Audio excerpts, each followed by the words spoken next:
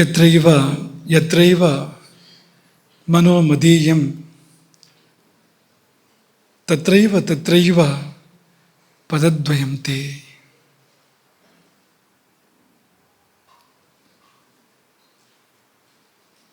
ಅನ್ನಪೂರ್ಣೆ ಸದಾಪೂರ್ಣೆ ಶಂಕರ ಪ್ರಾಣವಲ್ಲಭೆ ಜ್ಞಾನವೈರಾಗ್ಯ ಸಿದ್ಧ್ಯರ್ಥಂ ಭಿಕ್ಷಾಂ ದೇಹಿ ಚ ಪಾರ್ವತಿ.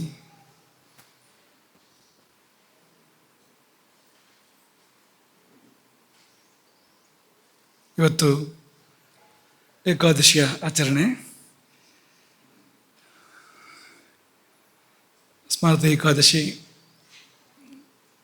ವೈಷ್ಣವ ಏಕಾದಶಿ, ಭಾಗವತ ಏಕಾದಶಿ ಎಂಬುದಾಗಿ 3 ರೀತಿಯಲ್ಲಿ ಏಕಾದಶಿಯ ಆಚರಣೆ ಮಾಡ್ತಾರೆ.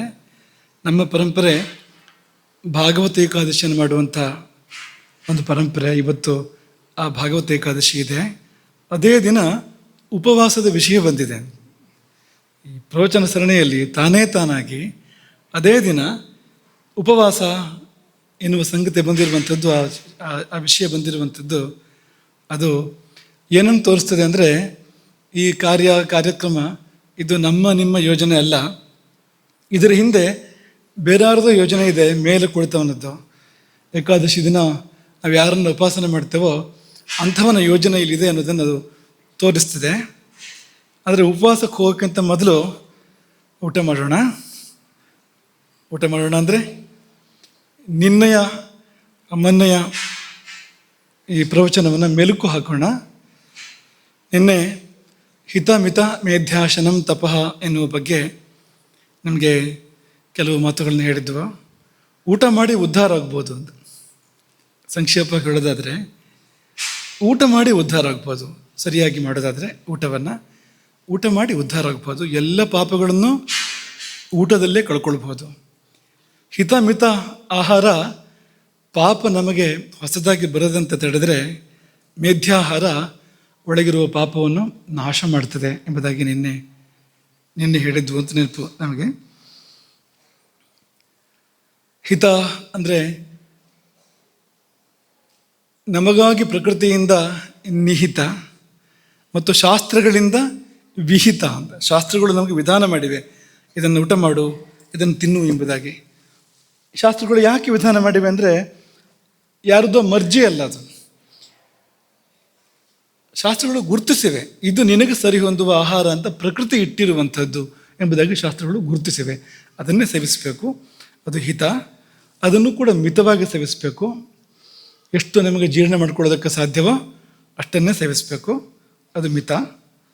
ಮತ್ತು ಮೇಧ್ಯ ಅಂದರೆ ಯಾವುದು ಭಗವನ್ ನಿವೇದನೆಗೆ ಯೋಗ್ಯವು. ಕೆಲವು ಸಾರಿ ನಾವು ಊಟ ಮಾಡ್ತೇವೆ, ಅದು ಊಟ ಮಾಡಿದರೆ ನೈವೇದ್ಯ ಮಾಡೋ ಹಾಗಿರೋದಿಲ್ಲ ಅಲ್ವಾ. ನೈವೇದ್ಯ ಮಾಡಿ ಊಟ ಮಾಡಿದರೆ ಭಾಳ ಒಳ್ಳೆಯದು. ಅದು ನಾವು ತಿನ್ನೋ ವಸ್ತುಗಳು ಹೇಗಿರ್ತವೆ ಅಂದರೆ ದೇವ್ರ ಮುಂದೆ ತೊಗೊಂಡು ಹೋಗಿರೋದಿಲ್ಲ. ಅದನ್ನು ನೋಡಿ, ತುಂಬ ವಸ್ತುಗಳು ಹಾಗೇವೆ. ಒಂದು ವೇಳೆ ಎಲ್ಲವೂ ನಾವು ಸ್ವೀಕಾರ ಮಾಡುವಂಥದ್ದು ಎಲ್ಲವೂ ಕೂಡ ದೇವರ ಮುಂದೆ ಹೋಗಿ ಬರುವ ಹಾಗಿದ್ದರೆ ತುಂಬ ಚೆನ್ನಾಗಿರ್ತಿತ್ತು. ಅವೆಲ್ಲ ಸಾತ್ವಿಕ. ದೇವರ ಮುಂದೆ ಹೋಗುವಂಥದ್ದೆಲ್ಲವೂ ಕೂಡ ಸಾತ್ವಿಕ. ಮುಖ್ಯವಾದ ಅರ್ಹತೆಯೇ ಸಾತ್ವಿಕತೆ, ದೇವರ ಮುಂದೆ ನೈವೇದ್ಯ ಮಾಡಬೇಕು ಅಂತಂದರೆ. ಹಾಗೆ ಏನೇ ಆಗಲಿ, ಒಟ್ಟು ಭಗವನ್ ನಿವೇದನೆಗೆ ಯಾವುದು ಅರ್ಹವಾಗಿರ್ತದೋ ಅಂಥದ್ದನ್ನು ಸೇವನೆ ಮಾಡಿದರೆ ಅದು ನಮ್ಮ ಒಳಗಿನ ಪಾಪವನ್ನೆಲ್ಲ ಕಳೀತದೆ. ಯಾಕೆಂದರೆ ಪಾಪ ಎಷ್ಟು ದೂರ ಹೋಗಬಲ್ಲದೋ ನಮ್ಮೊಳಗೆ, ಅಷ್ಟು ದೂರವೂ ಮೇಧ್ಯವೂ ಹೋಗಬಲ್ಲದು ಮತ್ತು ಮುಂದೂ ಕೂಡ ಹೋಗಬಲ್ಲದು. ಪಾಪದ ವ್ಯಾಪ್ತಿ ಎಲ್ಲಿಯವರೆಗಿದೆ, ಅದಕ್ಕಿಂತ ಮುಂದೆ ಇದೆ ಮೇಧ್ಯದ ವ್ಯಾಪ್ತಿ ಅಂತ. ಪವಿತ್ರ ಆಹಾರದ ವ್ಯಾಪ್ತಿ ಮತ್ತು ಮುಂದೆ ಇದೆ. ಪಾಪ ಏನಾಗಬಲ್ಲದು? ಪಾಪ ಅಂದರೆ ಅಶುಚಿ ಆಹಾರ ಅಥವಾ ಅಶುಭವಾದ ಆಹಾರ ಸೇವನೆ ಮಾಡಿದರೆ ಅದು ರಸ ಆಗ್ಬೋದು, ರಕ್ತ ಆಗ್ಬೋದು, ಮಾಂಸ ಆಗ್ಬೋದು, ಮೇಧಸ್ಸಾಗ್ಬೋದು, ಅಸ್ಥಿ ಆಗ್ಬೋದು, ಮಜ್ಜೆ ಆಗ್ಬೋದು, ಶುಕ್ರ ಆಗ್ಬೋದು, ಚರ್ಮ ಆಗ್ಬೋದು, ಮನಸ್ಸಾಗ್ಬೋದು. ಅದ್ರ ಮತ್ತು ಮುಂದೆ ಹೋಗೋದಕ್ಕೆ ಪಾಪಕ್ಕೆ ವ್ಯಾಪ್ತಿ ಇಲ್ಲ. ದೇವರ ಹತ್ರ ಹೋಗೋ ಹಾಗಿಲ್ಲ. ಅದು ದೇವರ ಹತ್ರ ಹೋಗ್ಬೇಕಾದ್ರೆ ಧರ್ಮ ಆಗಿರ್ಬೇಕು. ಅದು ಧರ್ಮದ ಹೊರತು ಬೇರೆ ಯಾವುದು ದೇವರ ಬಳಿ ಹೋಗೋಕ್ಕೆ ಸಾಧ್ಯ ಇಲ್ಲ. ಆ ದೇವರ ವೇದಿಕೆಯಲ್ಲಿ ಅಧರ್ಮಕ್ಕೆ ಎಡೆ ಇಲ್ಲ, ಪ್ರವೇಶ ಇಲ್ಲ. ಮೇಧ್ಯ ಅಲ್ಲಿವರೆಗೆ ಹೋಗುತ್ತೆ. ಯಾಕೆಂದರೆ ಅದು ಪವಿತ್ರ, ಅದು ಧರ್ಮವಾಗಿ ಪರಿಣಮಿಸಬಲ್ಲದ್ದು, ಧರ್ಮವನ್ನು ತುಂಬಿಕೊಂಡಿರುವಂಥದ್ದು. ಹಾಗಾಗಿ ಮುಂದುವರೆದ ರೂಪದಲ್ಲಿ ಮೇಧ್ಯ ಪರಮಾತ್ಮನವರೆಗೂ ಸಾಗಬಲ್ಲದು. ಹಾಗಾಗಿ ಮೇಧ್ಯಾಹಾರ ಅನ್ನೋದು ಒಳಗೆ ಹೋಗಿ ಹುಡುಕಿ ಹುಡುಕಿ ಪಾಪಗಳನ್ನು ಪರಿಹಾರ ಮಾಡಿ ನಮ್ಮನ್ನು ಶುದ್ಧರನ್ನಾಗಿ ಮಾಡ್ತದೆ, ನಮ್ಮನ್ನು ಪವಿತ್ರರನ್ನಾಗಿ ಮಾಡ್ತದೆ. ಪುಣ್ಯಾತ್ಮ ಏನಾಗಂದ್ರೆ ಆತ್ಮ ಅಂದರೆ ಶರೀರ ಅಂತ ಅರ್ಥ ಇದೆ, ಈ ಪುಣ್ಯ ಶರೀರಿ ಅಂತ ಪುಣ್ಯಾತ್ಮ ಅಂದರೆ. ಮನಸ್ಸು ಅಂತಲೂ ಅರ್ಥ ಇದೆ, ಪುಣ್ಯ ಮಾನಸ ಅಂತ. ಜೀವ ಅಂತಂತಲೂ ಹೇಗೂ ಅರ್ಥ ಇದೆ, ಪುಣ್ಯ ಜೀವ ಅಂತ. ಅವನು ಪುಣ್ಯಾತ್ಮ. ಇನ್ನೊಂದು ನಿನ್ನೆ ಹೇಳಿದ್ವಲ್ಲದು ಪಾಪ, ಪಾಪಿ ಅಲ್ಲ. ಪಾಪಿ ಅಂದರೆ ಅವನಲ್ಲಿ ಪಾಪ ಇದೆ ಅಂತಷ್ಟೇ. ಪಾಪ ಅಂದರೆ ಅವನು ಬೇರೆ ಇಲ್ಲ, ಪಾಪ ಬೇರೆ ಇಲ್ಲ, ಎಲ್ಲ ಪಾಪವೇ ಇರೋದು, ಬೇರೆ ಏನು ಒಳ್ಳೆಯದು ಅಂತಿಲ್ಲ ಅಲ್ಲಿ. ರಸರಕ್ತ ಮಾಂಸ ಮೇಧಸ್ಸುಗಳು ಚರ್ಮದವರೆಗೆ ಅಸ್ಥಿಯವರೆಗೆ ಎಲ್ಲವೂ ಕೂಡ ಪಾಪವೇ ಆಗಿ ಹೋದರೆ, ಧಾತುಗಳ ಒಳಗೆ ಪಾಪ ಪ್ರವೇಶ ಮಾಡಿ ಎಲ್ಲ ವ್ಯಾಪಿಸಿದರೆ ಪೂರ್ತಿ ಅವನು ಪಾಪ ಹೊರತು ಪಾಪಿ ಅಲ್ಲ ಅಂತ. ಆ ಪಾಪ ಆಗೋದು ಅನೇಕ ಕಾರಣಗಳಿಂದ, ಅದರಲ್ಲಿ ಈ ಆಹಾರ ತುಂಬ ಪ್ರಬಲವಾದ ಕಾರಣ. ಯಾಕೆಂದರೆ ಮೈಯನ್ನೇ ಹಾಗೆ ಪರಿವರ್ತನೆ ಮಾಡ್ತಾ ಹೋಗ್ತದೆ ಆಹಾರ, ಮೈಯನ್ನೇ ಪಾಪವಾಗಿ ಪರಿವರ್ತನೆ ಮಾಡ್ತಾ ಹೋಗ್ತದೆ. ಆಗ ಉಪವಾಸ ಬೇಕಾಗ್ತದೆ ಅಂತ. ಯಾಕೆಂದರೆ ಧಾತುಗಳ ಒಳಗಿರುವ ಪಾಪವನ್ನು ಸುಡಬೇಕು. ಶರೀರದಲ್ಲಿ ಸೇರಿರುವಂಥ ಪಾಪಗಳಲ್ಲಿ ತುಂಬ ಆಳಕ್ಕೆ ಹೋಗಿರುವ ಪಾಪಗಳನ್ನು ಸುಡಬೇಕು ಅಂತಂದರೆ ಅಗ್ನಿಯ ಪಾತ್ರ ಅಲ್ಲಿ ಬಂತು, ಉಪವಾಸದ ಪಾತ್ರ ಅಲ್ಲಿ ಬಂತು ಎಂಬುದಾಗಿ ಇರಲಿ. ಇನ್ನು ಈ ಪೂಜೆ ಒಂದು ಯಜ್ಞ, ಭೋಜನ ಒಂದು ಯಜ್ಞ, ಭೋಜನ ಒಂದು ಪೂಜೆ, ಭೋಜನ ಒಂದು ಸಮರ್ಪಣೆ ಹಾಗಾಗಬೇಕು ಅಂತ ಅನೇಕರು ಹೇಳಿದಾರಲ್ವಾ. ಅವ್ರ ಪಟ್ಟಿಯಲ್ಲಿ ಇನ್ನೊಂದು ಸೇರ್ಪಡೆ, ಇದು ಕೊನೆಗೆ ಬರೋ ಸೇರ್ಪಡೆ ಅಲ್ಲ, ಮೊದಲು ಬರುವಂಥ ಆರಂಭದಲ್ಲಿ ಬರುವಂಥ ಸೇರ್ಪಡೆ ಇದು. ಕೃಷ್ಣ ಗೀತೆಯಲ್ಲಿ ನಾವು ಶುರು ಮಾಡ್ತೀವಿ, ಯದ್ ಕರೋಷಿ ಯದಶ್ನಾಸಿ.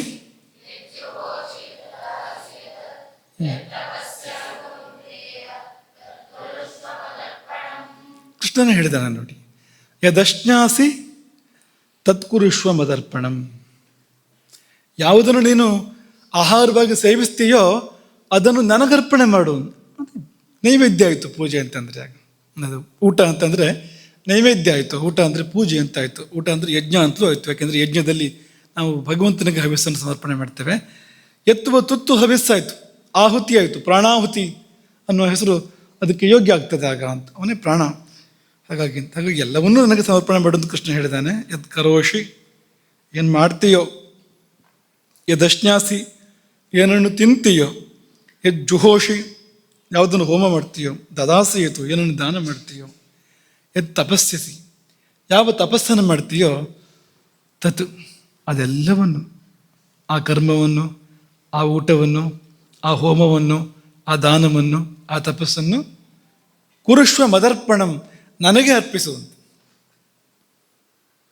ಹಾಗಾಗಿ ಹೀಗೆ ಅರ್ಪಿಸೋಕೆ ನಮಗೆ ಬರೋದಾದರೆ ನಾವು ಮಾಡೋ ಊಟ ನೈವೇದ್ಯ ಪರಿಣಮಿಸುತ್ತೆ. ಯಾರಾದರೂ ನಮಗೆ ಊಟ ಹಾಕಿದರೆ ಕೃಷ್ಣನಿಗೆ ಊಟ ಹಾಕಿದಾಗತ್ತೆ ಅಂತ. ಊಟ ಹಾಕಿದವರು ಕೃಷ್ಣನಿಗೆ ಊಟ ಹಾಕಿದಾಗತ್ತೆ ಅಂತ. ಶ್ರೀರಂಗ ಮಹಾಗುರುಗಳ ಜೀವನದಲ್ಲಿ ಒಂದು ವಿಶೇಷ ಘಟನೆ ನಡೆದು ಬರೋದನ್ನು ಉಲ್ಲೇಖ ಮಾಡ್ತಾರೆ. ಅದೇನು ಅಂದರೆ, ಯಾವಾಗಲೂ ಒಂದ್ಸತಿ ಹೇಳಿದ್ವೇನೋ ನೆನಪು ನಮಗೆ. ಒಬ್ಬಾಕೆ ಶಿಷ್ಯೆ ಅವರ ಬಳಿಗೆ ಬಂದಾಗ ಅವರು ಕೇಳ್ತಾರೆ, ನಿಮ್ಮ ಮನೇಲಿ ಇಂಥ ಸಾಂಬಾರು ಮಾಡಿದ್ರೆ ಇವತ್ತು ಅಂತ ಕೇಳ್ತಾರೆ ಅವರು. ಅದು ಹೌದದು, ನಿಜವಾಗಿ ಅದನ್ನು ಊಟ ಮಾಡ್ಕೊಂಡು ಬಂದಿದ್ದಾಳೆ. ಅದು ಹೇಗೆ ಗೊತ್ತಾಯಿತು ಅಂದರೆ, ಆಕೆ ತತ್ಕುರುಷ್ವ ಮದರ್ಪಣಂ, ತನ್ನ ಗುರುವಿಗೆ, ತನ್ನ ದೇವನಿಗೆ ಸಮರ್ಪಣೆ ಮಾಡಿದಾಳೆ ಆಕೆ. ಅದನ್ನು ಎಷ್ಟು ಭಾವಪೂರ್ಣವಾಗಿ ಆಕೆ ಸಮರ್ಪಣೆ ಮಾಡಿದಾಳೆ ಅಂದರೆ, ಬಂದು ಮುಟ್ಟಿಯೇ ಬಿಟ್ಟಿದೆ ಇಲ್ಲಿ ಅದು ಅಂತ, ತೇಗು ಬಂದಿದೆ ಅಂತ. ಅವ್ರ ಮನೆ ಸಾಂಬಾರನ ತೇಗು ಗುರುವಿಗೆ ಬರಬೇಕಾದ್ರೆ, ತೆಗಿನಲ್ಲಿ ಆ ಗಂಧ ಬರಬೇಕಾದ್ರೆ ಭಾವದ ವ್ಯಾಪ್ತಿ ಎಷ್ಟಿದೆ ನೋಡಿ. ಇದು ಯಾಕೆ ಉದಾಹರಣೆ ಅಂದರೆ, ತಲುಪ್ತದೆ ಅನ್ನೋದಕ್ಕೆ ಉದಾಹರಣೆ. ನಮಗೆ ಭಾವ ಗಟ್ಟಿಯಾಗಿದ್ದರೆ ಅದು ತಲುಪಬೇಕಾದ್ರೆ ತಲುಪ್ತದೆ ಅನ್ನೋದಕ್ಕೆ ಅದು ಉದಾಹರಣೆ. ಊಟ ಪೂಜೆ ಆಗ್ಬೋದು, ಊಟ ಯಜ್ಞ ಆಗ್ಬೋದು, ಊಟ ನೈವೇದ್ಯ ಆಗ್ಬೋದು. ಏನು ಬೇಕು ಅದಕ್ಕೆ ಅಂದರೆ ಭಾವ ಬೇಕು ಅಂತ. ಇದೇ ಭಾವವೇ ಉಪವಾಸಕ್ಕೂ ಕಾರಣ ಆಗುವಂಥದ್ದು. ಉಪವಾಸವನ್ನು ಕೂಡ ಮಾಡಿಸಿಕೊಡುವಂಥದ್ದು ಯಾವುದು ಅಂದರೆ ಇದೇ ಭಾವ. ಈ ಉಪವಾಸ ಶಬ್ದ ಇದೆಯಲ್ಲ, ಈ ಶಬ್ದ ಉಪವಾಸ ಹೇಗಾಗ್ತದೆ ಅಂತ ಹೇಳ್ತಾ ಇದೆ ಅಂತ. ಏನು ಮಾಡಿದರೆ ಆ ನಿರಾಹಾರ ನ್ಯಾಯವಾಗಿ ಆಗ್ತದೆ, ಸಹಜವಾಗಿ ಆಗ್ತದೆ ಅಂತ ಅನ್ನೋದನ್ನು ಹೇಳ್ತಾ ಇದೆ. ನಿಮಗೆ ಗೊತ್ತೇ ಇದೆ, ಉಪ ಅಂದರೆ ಹತ್ತಿರ, ನೀವು ಸಮೀಪ ಅಂದರೆ ಸಾಲದು, ಸಮೀಪ. ಅದು ಉಪವಾಸದಲ್ಲಿರ್ತಕ್ಕಂಥ ಉಪಕ್ಕೆ ಅಷ್ಟು ವ್ಯಾಪ್ತಿ ಇದೆ ಅಂತ. ಎಷ್ಟು ಸಮೀಪ ಅಂದರೆ ಇನ್ನೇನೂ ಗೊತ್ತಿಲ್ಲ ನನಗೆ ಅನ್ನೋಷ್ಟು ಸಮೀಪ ವಾಸ. ಭಗವಂತನ ಜೊತೆಗೆ ನಾವಿರ್ತೇವೆ, ಅದೇ ಉಪವಾಸ ಅಂತ, ಬೇರೆ ಏನೂ ಇಲ್ಲ ಅಂತ. ಆಗ ಯಾವ್ಯಾವುದು ಬಿಟ್ಟು ಹೋಯ್ತು, ಊಟ ಬಿಟ್ಟು ಹೋಯ್ತು, ನಿದ್ದೆ ಬಿಟ್ಟು ಹೋಯ್ತು ಅಂತ. ಹಸಿವಾದರೆ ಉಪವಾಸ ಭಂಗ. ಹಸಿವಾದರೆ ಆ ವ್ರತ ಪೂರ್ಣ ಆಗಲಿಲ್ಲ. ಹಸಿವಾಗಬಾರ್ದು. ನ್ಯಾಯವಾದ ಉಪವಾಸ ಅಂದರೆ ಹಸಿವೇ ಆಗಬಾರ್ದು. ಹಸಿವನ್ನು ಕಟ್ಟುವುದು ಉಪವಾಸ ಅಲ್ಲ. ಹಸಿವನ್ನು ಕಟ್ಟೋದು ಏನೋ ನೆನ್ಪು ಮಾಡ್ಕೊಳ್ಳಿ, ಜೋರಾಗಿ ಹೇಳಿ, ವೇಗ ಧಾರಣ. ಅದು ಹಸಿವನ್ನು ಕಟ್ಟೋದು ಅನ್ನೋದು ಶರೀರದಲ್ಲಿ ಉದ್ಭವಿಸಿರ್ತಕ್ಕಂಥ ವೇಗವನ್ನು ನಾವು ತಡಿತಾ ಇರ್ತಕ್ಕಂಥದ್ದು, ಸಹಜ ಪ್ರಕ್ರಿಯೆಯನ್ನು ತಡಿತಾ ಇರ್ತಕ್ಕಂಥದ್ದು. ಅದರಿಂದ ಅನರ್ಥಗಳಿವೆ, ತೊಂದರೆಗಳಿದೆ ಅದರಿಂದ. ನ್ಯಾಯವಾದ ಉಪವಾಸದಲ್ಲಿ ಅವನಿಗೆ ಹಸಿವಾಗೋದಿಲ್ಲ. ಆ ಹಸಿವಾಗದೇ ಇರೋದಕ್ಕೆ 2 ದಾರಿಗಳಿದೆ. ಹಸಿವಾಗದಂತೆ ಮಾಡಿಕೊಡೋದಕ್ಕೆ 2 ದಾರಿಗಳಿದೆ. ಅದರಲ್ಲಿ ಒಂದನೇದನ್ನು ಇವತ್ತು ಒಂದಷ್ಟು ವಿವೇಚನೆ ಮಾಡೋಣ. ಇದು ಏಕಾದಶಿ ಆಗಿದ್ದರಿಂದ ಒಂದಷ್ಟು ಕಥೆ ಅದು ಇದು ಹೇಳೋದಕ್ಕೆ ಒಳ್ಳೆ ದಿವಸ, ಹೇಳಬೇಕಂತೆ ಏಕಾದಶಿ ದಿವಸ. ಹಾಗಾಗಿ ಬರೇ ಕಥೆ ಹೇಳೋದು ಅಂದ್ಕೊಂಡು ಬಂದಿದೆ ಇವತ್ತು. ಏನು ಹೆಚ್ಚಿಗೆ ತತ್ವಗಿತ್ವ ಏನು ಜಾಸ್ತಿ ಇಲ್ಲ, ಬರೀ ಕತೆ ಅಂತ. ಹಾಗಾಗಿ ಎಷ್ಟಾಯಿತು ಅಷ್ಟು ಕತೆ ಹೇಳಿ ಇವತ್ತು ನಾಳೆ ಒಂದು ಸ್ವಲ್ಪ ವಿಷಯ ಮಾತಾಡ್ಬೋದು ಅಂತ ಅಂದ್ಕೊಳ್ತೇವೆ. ಮೊದಲನೇದಾಗಿ ಕಥೆ ಅಲ್ಲ, ಯಾಕೆಂದರೆ ಕಥೆ ಪೂರ್ತಿ ನಿಮಗೆ ಗೊತ್ತಿದೆ, ನಮಗಿಂತ ಜಾಸ್ತಿ ನಿಮಗೆ ಗೊತ್ತಿದೆ ಕಥೆ. ನಾವು ಶುರು ಮಾಡೋದು ನೀವು ಮುಂದುವರಿಸ್ತೀರಿ. ವಾಲ್ಮೀಕಿಗಳು ಅದೊಂದು ಬಿರುದು. ವಾಲ್ಮೀಕಿ ಅನ್ನೋದು ಹುಟ್ಟು ಹೆಸರಲ್ಲ, ಅದು ಬಂದ ಹೆಸರು. ಹೇಗೆ ಬಂತು ಆ ಹೆಸರು? ಹುತ್ತದಿಂದ ಎದ್ದು ಬಂದವರು. ಹುತ್ತವೇ ತಾಯಿ. ಅವರ 2ನೇ ಜನ್ಮ, ಅದೇ ದೇಹದಲ್ಲಿ 2ನೇ ಜನ್ಮ ಆಯ್ತಲ್ವ ಅವರಿಗೆ. ಮೊದಲೊಬ್ಬ ದರೋಡೆಕೋರ, ಕಾಡ ಬೇಡ ಅಲ್ವಾ ಮೊದಲು, ಅವನಿಗೆ ಪುನರ್ಜನ್ಮ ಆಯಿತು. ಪುನರ್ಜನ್ಮ ಆದಾಗ ತಾಯಿ ಯಾರು ಅಂತಂದರೆ ಹುತ್ತವೇ ತಾಯಿ. ಹುತ್ತದಿಂದ ಎದ್ದು ಬಂದರು ವಾಲ್ಮೀಕಿ. ಅಂದರೆ ಹುತ್ತ, ವಾಲ್ಮೀಕಿ ಅಂದರೆ ಹುತ್ತದಿಂದ ಎದ್ದು ಬಂದವರು. ಈಗ ಪ್ರಶ್ನೆ ಇಲ್ಲಿ, ಇದನ್ನು ಯೋಚನೆ ಮಾಡಿರೋದಿಲ್ಲ. ಹುತ್ತ ಬೆಳಿಬೇಕಾದ್ರೆ ಒಲಗಾಡದೆ ಕೂತಿರ್ಬೇಕು ಅವರು. ನಾನು ನಿಮಗೆ ಹಿಂದೆ ನೆನಪು ಹೇಳಿದ್ದು ನಿಮಗೆ ಇದನ್ನು. ಈಗ ಅಲುಗಾಡದೆ ಕೂತ್ಕೊಂಡ್ರೆ 1 ಗಂಟೆ 2 ಗಂಟೆ ಅಲ್ಲ, ಒಂದು 5-6 ಗಂಟೆ ಕೂತ್ಕೊಂಡ್ರೆ ಜೇಡ ಬಲೆ ಕಟ್ಬೋದು. ಜೇಡ ಬಲೆ ಕಟ್ಟಬೇಕಾದ್ರೆ ಅದು ವರ್ಷಗಟ್ಟಲೆ ಅಲುಗಾಡಬಾರ್ದು ಅಂತ ಯೋಚನೆ ಮಾಡೋದಿಲ್ಲ. ಅದೊಂದು ಕೆಲವು ಗಂಟೆಗಳು, ಒಂದು 20 ದಿನ ಅಲುಗಾಡದೆ ಇದ್ದರೆ ಆ ವಸ್ತುವಿನ ಮೇಲೆ ಬಲೆ ಕಟ್ಟುತ್ತೆ. ಯಾವುದು? ಜೇಡ. ಆದರೆ ಗೆದ್ದಲು ಹುತ್ತ ಕಟ್ಟಬೇಕಾದ್ರೆ ದೀರ್ಘಕಾಲ ಅಲ್ಲಾಡದೆ ಕುಳಿತಿರ್ಬೇಕು, ಬಹು ದೀರ್ಘಕಾಲ. ಹಾಗೆ ಸುಲಭಕ್ಕೆಲ್ಲ ಬಂದು ಹುತ್ತ ಕಟ್ಟೋದಿಲ್ಲ ಅದು. ಅದಕ್ಕೆ ಅಷ್ಟು ಭರವಸೆ ಆಗಬೇಕು, ಖಂಡಿತವಾಗಿಯೂ ಇದು ಅಲುಗಾಡೋದಿಲ್ಲ, ಇದಕ್ಕೆ ಜೀವ ಇಲ್ಲ, ಇದು ಕಲ್ಲೋ ಮರವೋ ಅಂಥದ್ದೇ ಏನೋ ಒಂದಾಗಿದೆ, ಇದು ಒಂದು ವಿಶೇಷವಾದ ರೀತಿಯ ಶಿಲ್ಪ ಅಂತೇನೋ ಅಂದ್ಕೊಂಡೋದು ಕಟ್ಟೋಕ್ಕೆ ಶುರು ಮಾಡಬೇಕಾದ್ರೆ ಎಷ್ಟೋ ಕಾಲ, ತಿಂಗಳು ಅಲುಗಾಡದೆ ಕುಳಿತಿದ್ರೆ ಆಗ ಹುತ್ತ ಕಟ್ಟೋಕ್ಕೆ ಸಾಧ್ಯ ಇದೆ. ಇಲ್ದಿದ್ರೆ ಹುತ್ತ ಕಟ್ಟೋಕ್ಕೆ ಸಾಧ್ಯ ಇಲ್ಲ. ಅಲುಗಾಡದೆ ಕುಳಿತಿರ್ಬೇಕಲ್ವ ಅವರು ಅಷ್ಟು ಕಾಲ. ಮತ್ತು ಕಟ್ಟಿದ ಮೇಲೆ ಇನ್ನೆಷ್ಟು ಕಾಲ? ಹುತ್ತ ಕಟ್ಟುವವರೆಗೆ ಬಹು ದೀರ್ಘಕಾಲ ಕಳೆದಿರಬೇಕು. ಕಟ್ಟೋಕ್ಕೆ ಶುರು ಮಾಡಿದ್ಮೇಲೆ ಕಟ್ಟೋಕ್ಕೂ ಸುಮಾರು ಸಮಯ ಬೇಕು. ಅದಕ್ಕೆ ಗೆದ್ದಲಿಗೆ ಅದೇನು 1 ಗಂಟೆ 2 ಗಂಟೆ ಒಂದು ದಿವಸದಲ್ಲಿ ಹುತ್ತ ಕಟ್ಬಿಡೋದಿಲ್ಲ. ಅದು ತುಂಬ ಸಮಯ ತೊಗೊಂಡು ಕಟ್ಟುತ್ತೆ. ಅದು ಅಷ್ಟು ಕಾಲ ಅಲುಗಾಡದೆ ಕೂತಿರ್ಬೇಕು ಇವರು. ಅಂದರೆ ಕಟ್ಟಬೇಕು ಅಂತ ತೀರ್ಮಾನ ಮಾಡಬೇಕಾದ್ರೆ ಸುಮಾರು ಕಾಲ ಕೂತಿರ್ಬೇಕು. ಹಾಗೆ ಇವರು ತೀರ್ಮಾನ ಮಾಡಿದ್ಮೇಲೆ ಕಟ್ಟೋಕೆ ಒಂದಷ್ಟು ಸಮಯ ಬೇಕು. ಕಟ್ಟಿದ ಮೇಲೆ ಎಷ್ಟು ಕಾಲ ಕೂತಿದ್ರು ಅದು ಅವರಿಗೆ ಗೊತ್ತು, ರಾಮನಿಗೆ ಗೊತ್ತು. ಇದೆಲ್ಲ ನಿಮ್ಗೆ ಗೊತ್ತಿರೋಂಥದ್ದು. ಪ್ರಶ್ನೆ, ಊಟ ಹೇಗೆ ಮಾಡ್ತಾಯಿದ್ರು ಅವರು ಅಂತ. ವಾಲ್ಮೀಕಿಗಳು ಊಟ ಹೇಗೆ ಮಾಡ್ತಾಯಿದ್ರು? ಅವರು ಊಟ ಮಾಡೋರಿಗೆ ಗೆದ್ಲೆ ಏನು ಮಾಡ್ತಾ ಇರ್ತಿತ್ತು?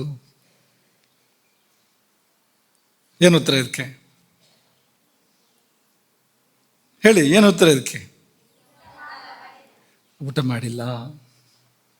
ಏನದು? ಉಪವಾಸ. ನ್ಯಾಯವಾದ ಉಪವಾಸ ಅದು, ಅತ್ಯಂತ ಸಹಜವಾದ ಉಪವಾಸ ಅದು. ಊಟ ಯಾಕೆ ಮಾಡಿಲ್ಲ ವಾಲ್ಮೀಕಿಗಳು? ಊಟ ಮಾಡಬೇಡ ಅಂತ ಯಾರು ಹೇಳಿದ್ರು ಅವರಿಗೆ? ಊಟ ಮಾಡಿದ್ರೆ ಶಿಕ್ಷೆ ಇತ್ತು ಅವ್ರಿಗೆ ಏನಾದರೂ? ಊಟ ಯಾಕೆ ಮಾಡಲಿಲ್ಲ? ಊಟದ ನೆನಪಾಗಲಿಲ್ಲ, ಊಟದ ಭಾಸವೇ ಆಗಲಿಲ್ಲ, ಹಸಿವೆ ಆಗಲಿಲ್ಲ ಅವ್ರಿಗೆ. ಹಸಿವಾದ್ಮೇಲೆ ತಾನೇ ಊಟ ಬೇಕು ಅಂತ ಅನ್ಸೋದು. ಊಟ ಅಂತ ನಮಗೆ ಬರಬೇಕಾದ್ರೆ ಮನಸ್ಸಿಗೆ ಒಳಗಿಂದ ಪ್ರೇರಣೆ ಬರಬೇಕಲ್ವಾ? ಹೀಗೆ ನೋಡಿ ಮಾಡೋದಲ್ಲ, ಇಲ್ಲಿಂದ ಬರಬೇಕದು, ಅದಕ್ಕೂ ಸರಿಯಾಗಬೇಕದು, ಒಳಗಿಂದ ಬರಬೇಕಲ್ವಾ? ಇಲ್ಲ, ಅದು ಅವರಿಗೆ ವಾಲ್ಮೀಕಿಗಳಿಗೆ ಊಟ ನೆನಪಾಗಲಿಲ್ಲ, ರಾಮ ಮರೆಯಲಿಲ್ಲ, ಅಷ್ಟೇ ವಿಷಯ. ರಾಮನನ್ನು ಅವರು ಮರೆಯಲೇ ಇಲ್ಲ, ಪ್ರತಿಕ್ಷಣವೂ ರಾಮನೇ ಇದ್ದ ಅವರ ಮಾನಸದಲ್ಲಿ. ಪರಿಣಾಮವಾಗಿ ಊಟ ನೆನಪಾಗಲಿಲ್ಲ. ಹೀಗೆ ನಡೆದರೆ ಅದು ನ್ಯಾಯವಾದ ಉಪವಾಸ, ಪೂರ್ಣ ಫಲ ಕೊಡ್ತಕ್ಕಂಥ ಉಪವಾಸ, ಸಹಜೋಪವಾಸ ಅದು. ಅಲ್ಲಿ ಶರೀರಕ್ಕೆ ಅಥವಾ ಆರೋಗ್ಯಕ್ಕೆ ಯಾವ ಬಾಧೆಯೂ ಇಲ್ಲ. ಯಾಕೆಂದರೆ ಆ ಸ್ಥಿತಿ ಅದೇ ಆರೋಗ್ಯ, ಆರೋಗ್ಯದ ಮೂಲವೇ ಅದು. ಧಾತು ಸಾಮ್ಯ ಏರ್ಪಟ್ಟು ಬರುವಂಥ ಸ್ಥಿತಿ ಇದು. ಧಾತು ಸಾಮ್ಯವನ್ನು ಕೊಡ್ತಕ್ಕಂಥ ಸ್ಥಿತಿ ಕೂಡ ಹೌದು. ಎಲ್ಲ ಬೇಕಾದ ಪರಿವರ್ತನೆಗಳನ್ನು ಕೊಡುವಂಥದ್ದು. ನಾವು ಅವತ್ತು ಹೇಳಿದ್ವಲ್ಲ ನಿಮಗೆ, ಸರ್ವಶ್ರೇಯಸ್ಸಿಗೂ ಮೂಲ ಯಾರು ಅಂದರೆ ಪರಮಾತ್ಮ. ನಾವು ಅಲ್ಲಿ ಹೋಗಿ ತಲುಪಿದರೆ ಅವನ ಜೊತೆಗೆ ನಾವು ಒಂದು ಬಾಂಧವ್ಯ ಇಟ್ಕೊಂಡ್ರೆ ಅಲ್ಲಿಂದ ನಮಗೆ ಬೇಕಾದ್ದೆಲ್ಲವೂ ಕೂಡ ಇಲ್ಲಿ ಏನೇನು ಹರಡಬೇಕು ಎಲ್ಲ ಹರಡ್ತದೆ ತಾನೇ ತಾನಾಗಿ. ಅಭ್ಯುದಯ ನಿಶ್ರೇಯಸ ಎರಡೂ ಕೂಡ ಅಲ್ಲಿದೆ, ಅಭ್ಯುದಯ ಮತ್ತು ನಿಶ್ರೇಯಸ. ಹಾಗಾಗಿ ಶರೀರ ಏನು ಬಿದ್ದು ಹೋಗಬೇಕು ಅಂತ ಇಲ್ಲ ಅಂತ, ಬಿದ್ದು ಹೋಗೋ ಸಂದರ್ಭ ಇರಬಹುದು ಎಲ್ಲಿಯಾದರೂ, ಸಾಮಾನ್ಯವಾಗಿ ಇಲ್ಲ ಅಂತ ಅದೇ ನೋಡ್ಕೊಳ್ತಾ ಇತ್ತು ಎಲ್ಲವನ್ನು ಕೂಡ. ಹಾಗಾಗಿ ವಾಲ್ಮೀಕಿಗಳಿದ್ದು ಒಂದು ದೊಡ್ಡ ಉದಾಹರಣೆ ಉಪವಾಸಕ್ಕೆ. ಶಂಕರಾಚಾರ್ಯರ ಒಂದು ಶ್ಲೋಕ ನೆನಪು ಮಾಡ್ಕೊಳ್ತೇವೆ ಅಷ್ಟೇ, ನಮಗೆ ಪಾಠ ಆಗಿರಲೂಬೋದು ಕೆಲವು ವಿದ್ಯಾರ್ಥಿಗಳಿಗೆ. ಅದು ಯೋಗ ತಾರಾವಳಿಯದ್ದು ಶ್ಲೋಕ, ಕೊನೆಯಲ್ಲಿ ಬರುವಂಥದ್ದು. ಶಾಂತಿಂ ತಥಾವಿಧ ಮನೋವಿಲಯಾಂ ಸಮಾಧವು ಶ್ರೀಶೈಲ ಶೃಂಗ ಕುಹರೇಶು ಕದೋಪಲಪ್ಸಿ ಗಾತ್ರಂ ಯದಾ ಮಮ ಲತಾಃ ಪರಿವೇಷ್ಟಯಂತಿ ಕರ್ಣೆ ಯದಾ ವಿರಚಯಂತಿ ಖಗಾಶ್ಚ ನೀಡಾನ್. ಇದೊಂದು ಸನ್ನಿವೇಶವನ್ನು ಕಟ್ಟಿಕೊಡುವಂಥ ಒಂದು ಒಂದು ಒಂದು ಶ್ಲೋಕ, ತುಂಬ ಅದ್ಭುತವಾಗಿರುವಂಥದ್ದು. ಶಂಕರಾಚಾರ್ಯರು ಹಾರೈಸ್ತಾರೆ, ಆಶಿಸ್ತಾರೆ ಈ ಶ್ಲೋಕದಲ್ಲಿ. ಏನು ಆಶಿಸ್ತಾರೆ ಅಂದರೆ, ಅಂಥ ಶಾಂತಿ ನನಗೆ ಯಾವಾಗ ಬಂದಿತ್ತು. ಮನೋವಿಲಯಾಂ ಸಮಾಧವು, ಸಮಾಧಿಯಲ್ಲಿ ಮನಸ್ಸು ಲೀನವಾಗಿರುವ ಶಾಂತಿ. ಯಾವ ಶಾಂತಿ ಅಂದರೆ ಮನಸ್ಸು ಇಲ್ಲವಾಗಿದೆ, ಅದನ್ನು ಮನೋನಾಶ ಅಂತಲೂ ಕರೀತಾರೆ, ಮನೋನ್ಮನಿ ಅಂತಲೂ ಕರೀತಾರೆ, ಉನ್ಮನಿ ಅಂತಲೂ ಕರೀತಾರೆ. ಮನಸ್ಸನ್ನು ಮೀರಿರ್ತಕ್ಕಂಥ ಒಂದು ಸ್ಥಿತಿ ಅದು. ಆ ಸ್ಥಿತಿಗೆ ಹೋಗಿ ತಲುಪಿದಾಗ ಮನಸ್ಸು, ಮಾತು ಅಥವಾ ಈ ಇಂದ್ರಿಯಗಳು ಯಾವುದೂ ಕೆಲಸ ಮಾಡ್ತಾ ಇರೋದಿಲ್ಲ, ಎಲ್ಲವೂ ಸ್ತಬ್ಧ ಆಗುವಂಥ ಸಂದರ್ಭ. ಹಾಗಾಗಿ ಆ ಶಾಂತಿ, ಸಮಾಧಿಯಲ್ಲಿ ಮನಸ್ಸು ಲೀನವಾದಾಗ, ಮನಸ್ಸು ಬೇರೆ ಉಳಿದೇ ಇದ್ದಾಗ, ಹಾಗಾಗಿ ಹೊರಗೆ ಬಂದು ವರ್ಣನೆ ಮಾಡೋಕ್ಕಾಗೋದಿಲ್ಲ. ಹೇಗಿತ್ತು ಅಂತ ವರ್ಣನೆ ಮಾಡಿ ಅಂತಂದರೆ ಯಾವುದರಿಂದ ವರ್ಣನೆ ಮಾಡಬೇಕು? ಮನಸ್ಸಿಂದ ತಾನೇ ಮಾಡಬೇಕು. ಇಲ್ಲ, ಅದು ಹೇಗಿತ್ತು ಅಂದರೆ ಅನಿರ್ವಚನೀಯ, ತುಂಬ ಹಿತವಾಗಿತ್ತು, ಅತ್ಯಾನಂದಮಯವಾಗಿತ್ತು. ಆದರೆ ವರ್ಣನೆ ಮಾಡೋದಕ್ಕೆ ಸಾಕ್ಷಿ ಇಲ್ಲ. ಮನಸ್ಸು ಸಾಕ್ಷಿ ಆಗಬೇಕಾಗಿತ್ತಲ್ವ, ಮನಸ್ಸಾಕ್ಷಿ ಅಂತ ಹೇಳ್ತಾರಲ್ವ, ಅದೇ ಇಲ್ಲ. ಹಾಗಾಗಿ ಅಂಥ ಶಾಂತಿಯನ್ನು ಎಂದು ಪಡೆದೇನು ಅಂತ ಶಂಕರಾಚಾರ್ಯರು ಅವರು ನಿಮ್ಮ ಪಾತ್ರದಲ್ಲಿ ನಿಂತು ಕೇಳ್ತಾ ಇರೋದು. ಅವರ ಚಿಕ್ಕ ವಯಸ್ಸಲ್ಲೇ ರಚಿತವಾಗಿರುವಂಥ ಪದ ಆಗಿರಬೇಕಿದು, ಆದರೂ ಕೂಡ ಅವರಿಗೆ ಅದೆಲ್ಲ ಸಹಜ ಸಿದ್ಧ ಅವರಿಗೆ, ಶಂಕರಾಚಾರ್ಯರಿಗೆ. ಹಾಗಾಗಿ ಅವರು ನಮ್ಮ ಜಾಗದಲ್ಲಿ ನಿಂತು ಕೇಳಬೇಕು ಈ ಮಾತನ್ನು. ಅದನ್ನು ವಿವರಿಸ್ತಾರೆ ಅವರು. ಶ್ರೀಶೈಲ ಶೃಂಗದ, ಶ್ರೀಶೈಲ ಪರ್ವತ ಇದೆಯಲ್ಲ, ಶಿವನ ಆವಾಸ ಸ್ಥಾನ ಅದು. ಶ್ರೀಶೈಲ ಪರ್ವತದ ಕುಹರೇಶು, ಗುಹೆಗಳಲ್ಲಿ ನಾನು ಕುಳಿತಿರಬೇಕು. ಶ್ರೀಶೈಲ ಶೃಂಗ ಕುಹರೇಶು, ಶಿವನ ಬೆಟ್ಟದ ಶಿವಕ್ಷೇತ್ರ ಅದು, ಮಹಾಕ್ಷೇತ್ರ ಅದು. ಆ ಮಹಾಪರ್ವತದ ಗುಹೆಗಳಲ್ಲಿ ನಾನು ಕುಳಿತಿರಬೇಕು, ನನ್ನ ಮೇಲೆ ಬಳ್ಳಿ ಬೆಳೆದಿರಬೇಕು. ಗಾತ್ರಂ ಯದಾ ಮಮ ಲತಾಃ ಪರಿವೇಷ್ಟಯಂತಿ. ಬಳ್ಳಿಗಳು ಲತಾಹ, ಮೈ ಮೇಲೆ ಬಳ್ಳಿಗಳು ಬೆಳೆದಿರಬೇಕು. ಬಳ್ಳಿಗಳು ಯಾವಾಗ ಬೆಳಿಬೇಕು? ಬಳ್ಳಿಗಳು ಯಾವಾಗ ಬೆಳೀತವೆ? ಹಾಗೆ ಒಂದು 5 ನಿಮಿಷ ಕೂತು ದೂರದರ್ಶನ ನೋಡ್ತಾ ಇದ್ದೆ ಅಂದರೆ ಬಳ್ಳಿ ಬೆಳೆಯುತ್ತಾ ಹೊತ್ತಿಗೆ ಮೈ ಮೇಲೆ? ಲೋಕಾಭಿರಾಮ ಮಾತಾಡ್ತಾ ಇದ್ದೆ ಅಂದರೆ ಬಳ್ಳಿ ಬೆಳೆಯುತ್ತಾ? ನಿದ್ದೆ ಮಾಡ್ತಾ ಇದ್ರೆ ಬಳ್ಳಿ ಬೆಳೆಯುತ್ತಾ?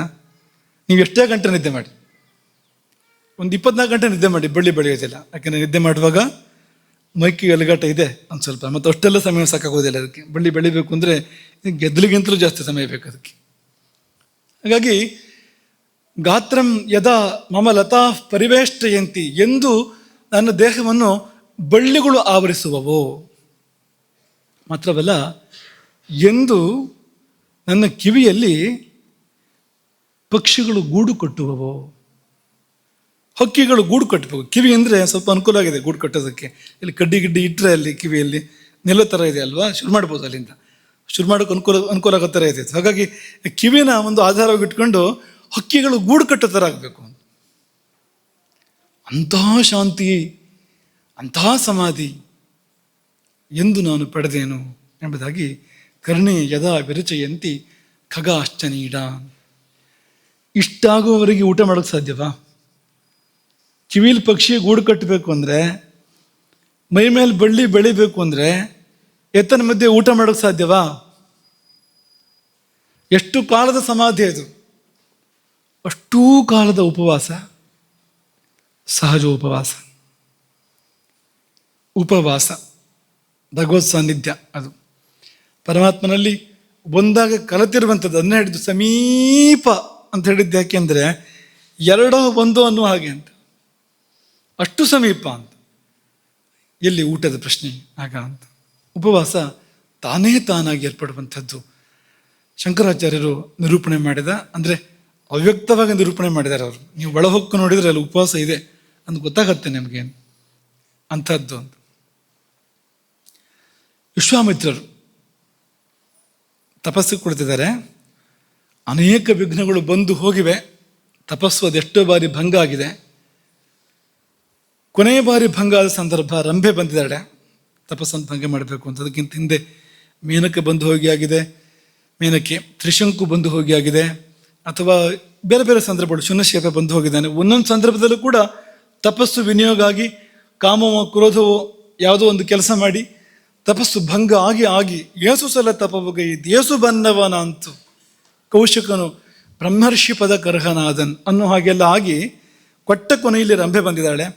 ರಂಭೆ ಬಂದರೆ ಅವ್ರ ಮನಸ್ಸನ್ನು ವಿಚಲಿತ ಆಗಲಿಲ್ಲ, ಕಾಮಕ್ಕೆ ಅವರು ಒಳಗಾಗಲಿಲ್ಲ ವಿಶ್ವಾಮಿತ್ರರು. ಅದರ ಕ್ರೋಧಕ್ಕೆ ಒಳಗಾದರು, ಶಪಿಸಿದರು. ಕಲ್ಲಾಗಿ ಬೀಳು, 10,000 ವರ್ಷಗಳ ಕಾಲ ಕಲ್ಲಾಗಿ ಬೀಳು. ವಸಿಷ್ಠರು ಬರಬೇಕು ನಿನ್ನನ್ನು ಉದ್ಧಾರ ಮಾಡೋದಕ್ಕೆ, ಅಲ್ಲಿ ತನಕ ಕಲ್ಲಾಗಿ ಬೀಳು ಅಂತ ಶಾಪ ಕೊಟ್ಟರು ರಂಭೆಗೆ.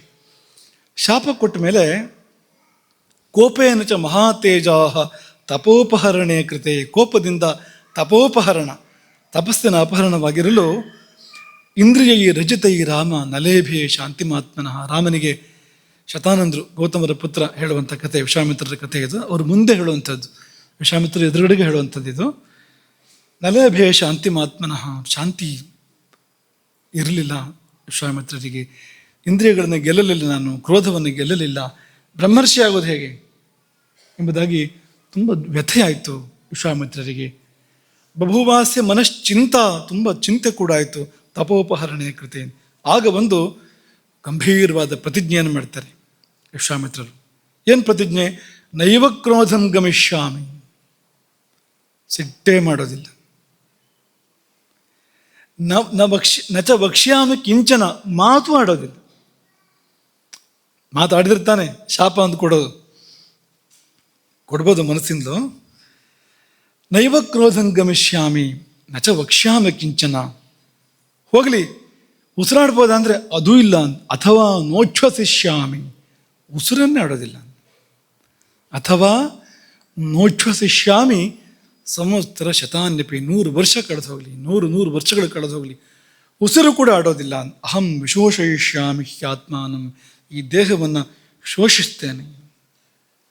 ವಿಜಿತೇಂದ್ರಿಯ, ಇಂದ್ರಿಯಗಳನ್ನು ಜಯಿಸ್ತೇನೆ. ಎಲ್ಲಿವರೆಗೆ ಅಂದರೆ ಎಲ್ಲಿವರೆಗೆ ಬ್ರಾಹ್ಮಣ್ಯ ನನಗೆ ನನ್ನ ತಪಸ್ಸಿನಿಂದ ಸಂಪಾದನೆಯಾಗಿ ಒಲಿದು ಬರೋದಿಲ್ವೋ ಅಲ್ಲಿವರೆಗೆ ತಾವತ್ ಯಾವದ್ಯಮೇ ಪ್ರಾಪ್ತಂ ಬ್ರಾಹ್ಮಣ್ಯಂ ತಪಸಾರ್ಜಿತಂ ಅನುಚ್ಛ್ವಸನ್, ಉಸಿರಾಡದೆ, ಅಭುಂಜಾನಃ, ಊಟ ಮಾಡದೆ. ನಮ್ಮ ವಿಷಯ ಬಂತು. ಅಭುಂಜಾನಃ ತಿಷ್ಠೇಯಂ ಶಾಶ್ವತೀ ಸಮಾಹ, ಎಷ್ಟು ಕಾಲವಾದರೂ ಹೀಗೆ ಇದ್ದು ಬಿಡ್ತೇನೆ.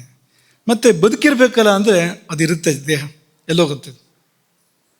ನಹಿಮೆ ತಪ್ಯಮಾನಸ್ಯ ಕ್ಷಯಂ ಯಾಸ್ಯಂತಿ ಮೂರ್ತಯ, ತಪ್ಪಿಸುವಾಗ ಈ ಶರೀರ ಬಿದ್ದು ಹೋಗೋದು ಅದಿರ್ತದೆ ಅದು ಎಂಬುದಾಗಿ ಹೇಳಿ 1000 ವರ್ಷಗಳ ದೀಕ್ಷೆಯನ್ನು ಕೈಗೊಂಡರು ವಿಶ್ವಾಮಿತ್ರರು.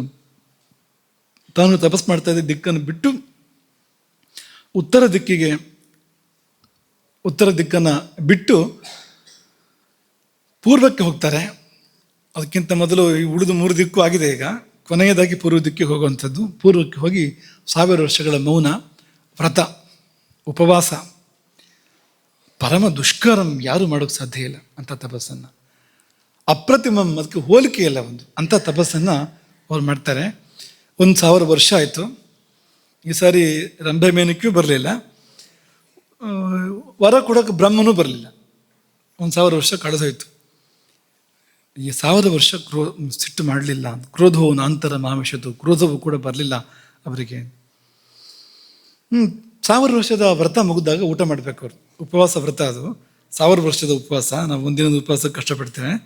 1000 ವರ್ಷದ ಉಪವಾಸ ಮಾಡಿ ಈಗ ಅಪವಿತ್ರ ಅನ್ನವನ್ನು, ಮೇಧ್ಯಾನ್ನವನ್ನು ಸ್ವೀಕಾರ ಮಾಡಬೇಕು. ಯಾಕೆಂದ್ರೆ ವ್ರತ ಮುಗಿದಿದೆ, ಮುಂದೆ ಮತ್ತೊಂದು ಸರಿ ಶುರುವಾಗಬೇಕು ತಪಸ್ಸು. ಅದು 1000 ವರ್ಷದ ಶುರುವಾಗಬೇಕು ಮತ್ತೆ. ಹಾಗಾಗಿ ಏತನ್ ಮಧ್ಯೆ ಒಂದು ಊಟ, ಹೇಗೆ ನಾವು ಮಾಡ್ಬೋದು ಆ ಊಟವನ್ನು?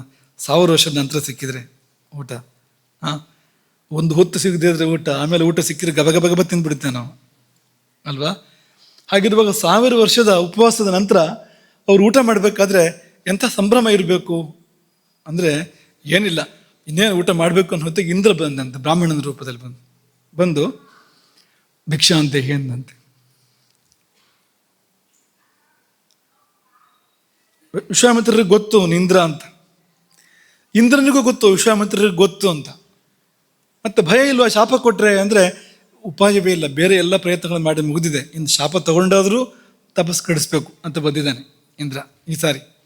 ಈಗ ಬೇರೆಯವರಿಗೆಲ್ಲ ಶಾಪ ಕೊಡಿಸಿ ಆಯಿತು ಅವನಿಗೆ. ಕೊಟ್ಟ ಕೊನೆಯಲ್ಲಿ ಶಾಪ ತಗೊಂಡ್ರೂ ಚಿಂತೆ ಇಲ್ಲ, ತಪಸ್ ಕಡಿಸ್ಬೇಕು ಅಂತ ಬ್ರಾಹ್ಮಣ ರೂಪದಲ್ಲಿ ಬಂದು ಕೇಳ್ದ, ಊಟವನ್ನು ಕೇಳ್ದ. ಆಯಿತು ಮಾಡು ಅಂದರು. ಅವನು ಎಷ್ಟು ಊಟ ಮಾಡಿದಂತೆ ಅಂದರೆ ಇವ್ರಿಗೆ ಏನು ಉಳಿಸಲೇ ಇಲ್ಲ, ಪೂರ್ತಿ ಖರ್ಚು ಮಾಡಿದಂತೆ, ಪೂರ್ತಿ ಖಾಲಿ ಮಾಡಿದಂತೆ. ವಿಶ್ವಾಮಿತ್ರರು ಒಂದು ಅಕ್ಷರ ಮಾತಾಡಲಿಲ್ವಂತೆ. ಅವನು ಇಷ್ಟು ಮಾಡಿದ್ರು 1000 ವರ್ಷದ ಉಪವಾಸದ ನಂತರ ಇಟ್ಕೊಂಡು ಊಟ ಬಂದು ಮಾಡ್ಕೊಂಡು ಹೋಗ್ತಾ ಇದ್ದಾನೆ.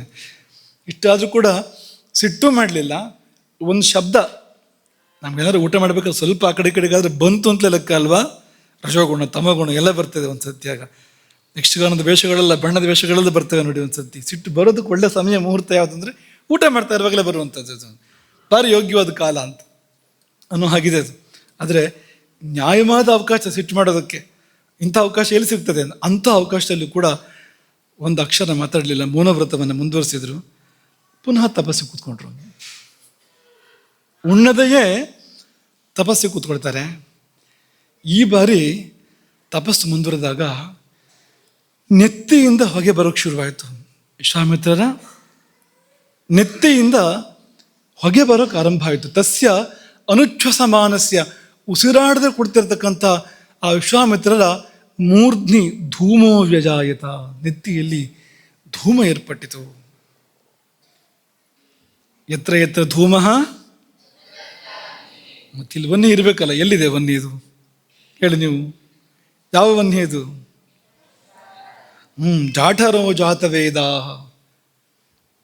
ಜಠರಾಗ್ನಿ ಇದೆಯಲ್ಲ, ಕೋಷ್ಠಾಗ್ನಿ, ಅದು ಯಾವ ಮಟ್ಟಕ್ಕೆ ಪ್ರಜ್ವಲಿತವಾಗಿದೆ ಅಂದರೆ ಅದು ಹೊರಗೆ ಕಾಣಿಸ್ಕೊಳ್ತಾ ಇದೆ ಅಂತ. ಶರೀರದಾದ್ಯಂತ ವ್ಯಾಪಿಸಿದ್ದು ಮಾತ್ರ ಅಲ್ಲ, ಹೊರಗೆ ಕಾಣಿಸ್ಕೊಳ್ತಾ ಇದೆ, ಹೊಗೆಯಾಗಿ ನೆತ್ತಿಯಿಂದ ಹೊರಗಡೆ ಹೋಗ್ತಾ ಇದೆ ಅದು. ಆ ಧೂಮ ಅಂದರೆ ಯಾವ ಮಟ್ಟದ ಅಗ್ನಿ ಜಾಗರಣ ಏರ್ಪಟ್ಟಿರಬೇಕು ಆ ತಪಸ್ಸಲ್ಲಿ ಅನ್ನೋದನ್ನು ನಾವು ಊಹೆ ಮಾಡಬೇಕು. ಈಗ ನಮ್ಮ ಅಗ್ನಿ, ನಮ್ಮ ಮೈನ್ ಬಿಸಿ ಇಟ್ಟಿದೆ, ಅದು ಕೂಡ ಹೆಚ್ಚು ಕಡಿಮೆ ಆಗ್ತಾ ಇರುತ್ತೆ. ಮೈ ಬಿಸಿ ಇದೆಯಲ್ಲ ನಮ್ಮದು, ಜೀವ ಒಂದಿದ್ರೆ ಮೈ ಬಿಸಿ ಇರುತ್ತೆ. ಜೀವ ಹೋಯ್ತು ಅಂತ ಗೊತ್ತಾಗೋದು ಹೇಗೆ? ತಣ್ಣಗಾಗಿದೆ ಅಂತ. ತಣ್ಣಗಾಗಿದೆ ಅಂದರೆ ಏನು? ಶಾಂತಿ ಯಜ್ಞ ಮ್ರಿಯತೆ, ಅಗ್ನಿ ಶಾಂತ ಆಗಬೇಕು. ಬಿಸಿ ಮಾಡೋಕ್ಕೆ ಅಗ್ನಿ ಇಲ್ಲ, ಆಗಲೇ ಸಾವು ಬರುವಂಥದ್ದು. ಹಾಗಾಗಿ ನಮಗೆಲ್ಲ ನಮ್ಮ ಶರೀರ ಬಿಸಿ ಮಾಡೋಕ್ಕೆ ತಕ್ಕ ಮಟ್ಟಿಗಿದೆ ಅಗ್ನಿ, ಅವ್ರಿಗೆ ಹಾಗಲ್ಲ. 3 ಲೋಕಗಳು ಬಿಸಿಯಾದವು. ಅವರ ಆ ಅಗ್ನಿಯ ವ್ಯಾಪ್ತಿ ಹೇಗಿತ್ತು ಅಂದರೆ ತ್ರೈಲೋಕ್ಯಂ ಏನ ಸಂಭ್ರಾಂತಂ ಆದೀಪಿತಮಿವಾಭವತು. ಅವರ ತ್ರೈಲೋಕ್ಯವೂ ಹೌದು, ಇದೆಯಲ್ಲ 3 ಲೋಕಗಳು ಕೂಡ ನಮ್ಮೊಳಗೆ ಇದೆ ಅಂತಾನೆ ಬಲ್ಲವರು ಹೇಳುವಂಥದ್ದು ಅಲ್ವಾ. ಸ್ವದೇಶೋ ಭುವನತ್ರಯಂ ಅಂದರೆ ಸ್ವದೇಹೋ ಭುವನತ್ರಯಂ ಅಂತ ಅರ್ಥ. ಅದಕ್ಕೆ ಈ ಶರೀರವೇ 3 ಲೋಕ ಅಂತ. ಹಾಗೆ ಇಲ್ಲೂ ಹೌದು, ಹೊರಗೂ ಹೌದು. ಆದೀಪಿತಮಿವಾಭವತು, ಇಲ್ಲೆಲ್ಲೂ ಗಾಬರಿ ಏರ್ಪಡ್ತಂತೆ. ಎಲ್ಲಿವರೆಗೆ ಅಂದರೆ ಇವರ ಅಗ್ನಿಯ ಪ್ರತಾಪ, ವಿಶ್ವಾಮಿತ್ರರ ಅಗ್ನಿಯ ಪ್ರತಾಪ ಎಷ್ಟಿತ್ತು ಅಂದರೆ ಅದರ ಮುಂದೆ ದೇವತೆಗಳ ಪ್ರಭೆ ಮಂಕಾಯಿತು. ತಥೋ ದೇವಾಹ ಸ ಗಂಧರ್ವಾಹ ಪನ್ನಗಾಸುರ ರಾಕ್ಷಸಾಹ ಮೋಹಿತಾಹ ತಸ್ಯ ತೇಜಸ ಮಂದರಶ್ಮಯ. ಅವರ ತಪಸ್ಸಿನಿಂದ ಅವರೆಲ್ಲ ಮೋಹಿತರಾದರು, ತೇಜಸ್ಸಿನಿಂದ ಎಲ್ಲ ಕಾಂತಿಹೀನರಾದರು. ಎಲ್ಲ ಹೋಗಿ ಬ್ರಹ್ಮನ ಕೈ ಮುಗಿದ್ರಂತೆ. ಅವ್ರಿಗೆ ಏನು ಬೇಕೋ ಕೊಟ್ಬಿಡು, ಇರೋಕ್ಕೆ ಸಾಧ್ಯ ಇಲ್ಲ ನಮಗೆ. ಮುಂಚೆ ಇವರೇ ಹೋಗಿ ವಿಘ್ನ ಮಾಡ್ತಾರೆ ತಪಸ್ಸಿಗೆ, ಹೆಜ್ಜೆ ಹೆಜ್ಜೆಗೂ. ಈಗ ಪರಿಸ್ಥಿತಿ ಹೇಗೆ ಬಂದಿದೆ ಅಂದರೆ ಎಲ್ಲರೂ ಹೋಗಿ ಬ್ರಹ್ಮನಿಗೆ ಒತ್ತಾಯ ಮಾಡ್ತಾ ಇದ್ದಾರೆ, ದಯವಿಟ್ಟು ಅವ್ರಿಗೆ ಕೊಡಬೇಕಾಗಿದ್ದನ್ನು ಕೊಟ್ಬಿಡು. ಬಹುಭಿ ಕಾರಣೈರ್ದೇವ ವಿಶ್ವಾಮಿತ್ರೋ ಮಹಾಮುನಿ ಲೋಭಿತ ಕ್ರೋಧಿತಶ್ಚೈವ ತಪಸ ಚಾಭಿವರ್ಧತೆ. ಎಷ್ಟು ರೀತಿಯಲ್ಲಿ ತಪೋವಿಘ್ನವನ್ನು ಮಾಡಿ ಆಯಿತು, ಲೋಭದಿಂದ, ಕ್ರೋಧದಿಂದ, ಕಾಮದಿಂದ ಎಲ್ಲ ಮಾಡಿ ಆಯಿತು. ಆದರೆ ಮತ್ತು ತಪಸ್ಸು ಬೆಳೀತಾ ಇದೆ ಹೊರತು ಅದು ಹಿಂಗ್ತಾ ಇಲ್ಲ ಅಥವಾ ಕಡಿಮೆ ಆಗ್ತಾ ಇಲ್ಲ ಅದು. ಹಾಗಾಗಿ ಕೊಡಬೇಕಾದನ್ನು ಕೊಡು. ಮತ್ತು ಅದು ಮಾತ್ರ ಅಲ್ಲ, ವಿಶ್ವಾಮಿತ್ರರಲ್ಲಿ ಈಗ ಯಾವ ಪಾಪವೂ ಉಳಿದಿಲ್ಲ. ನಹ್ಯಸ್ಯ ವೃಜನಂ ಕಿಂಚಿತ್ ದೃಶ್ಯತೆ ಸೂಕ್ಷ್ಮಮಪ್ಯಥ. ಅಗ್ನಿ ಮಾಡೋ ಕೆಲಸ ಏನು ಅಂತ ಹೇಳಿದ್ವಿ ನಿಮಗೆ?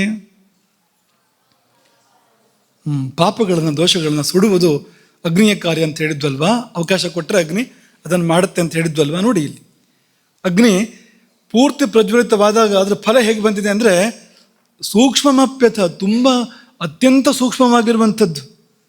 ತುಂಬ ಚಿಕ್ಕದು ಅಂದರೆ ಚಿಕ್ಕದು, ಅಂಥದ್ದು ಕೂಡ ಒಂದು ದೋಷ, ಒಂದು ಪಾಪ ಅಲ್ಲಿ ಉಳಿದಿಲ್ಲ. ವಿಶ್ವಾಮಿತ್ರರಲ್ಲಿ ಏನೂ ಕೂಡ ಉಳಿದಿಲ್ಲ. ಹಾಗಾಗಿ ಕೇಳಿದ್ದನ್ನು ಕೊಟ್ಬಿಡೋಣ. ಒಂದು ವೇಳೆ ಕೇಳಿದ್ದನ್ನು ಕೊಡದೇ ಇದ್ದರೆ ಈಗ ವಿಶ್ವಾಮಿತ್ರರ ಶಕ್ತಿ ಹೇಗಿದೆ ಅಂದರೆ ತನ್ನ ತಪಸ್ಸಿನಿಂದ ಪ್ರಳಯ ಮಾಡೋಕ್ಕೆ ಸಾಧ್ಯ. ಅವರು ಸಮಸ್ತ ಲೋಕಗಳನ್ನು ಕೂಡ ಇಲ್ಲವಾಗಿಸೋದಕ್ಕೆ ಸಾಧ್ಯ. ವಿನಾಶಯತಿ ತ್ರೈಲೋಕ್ಯಂ ತಪಸ. ಅಷ್ಟು ಶಕ್ತಿ ಸಂಗ್ರಹಿತವಾಗಿದೆ ಅಲ್ಲಿ. ಇನ್ನು ಪರಿಣಾಮ ಪ್ರಪಂಚದ ಮೇಲೆ ಆಗ್ತಾ ಇದೆ. ನ್ಯಾಯವಾಗಿ ಸಲ್ಲಬೇಕಾದನ್ನು ಸಲ್ಲಿಸ್ತಾ ಇದ್ದಿದ್ದರಿಂದ ಅಥವಾ ಆ ಅಗ್ನಿ ಮಿತಿಮೀರಿ ಬೆಳೀತಾ ಇದ್ದಿದ್ದರಿಂದ ದಿಕ್ಕುಗಳು ವ್ಯಾಕುಲವಾಗಿವೆ. ಏನೂ ಕಾಣ್ತಾ ಇಲ್ಲ, ಯಾರಿಗೂ ಏನೂ ಕಾಣ್ತಾ ಇಲ್ಲ. ಅಯೋಮಯ ಎನ್ನುವ ಸ್ಥಿತಿ ಇದೆ.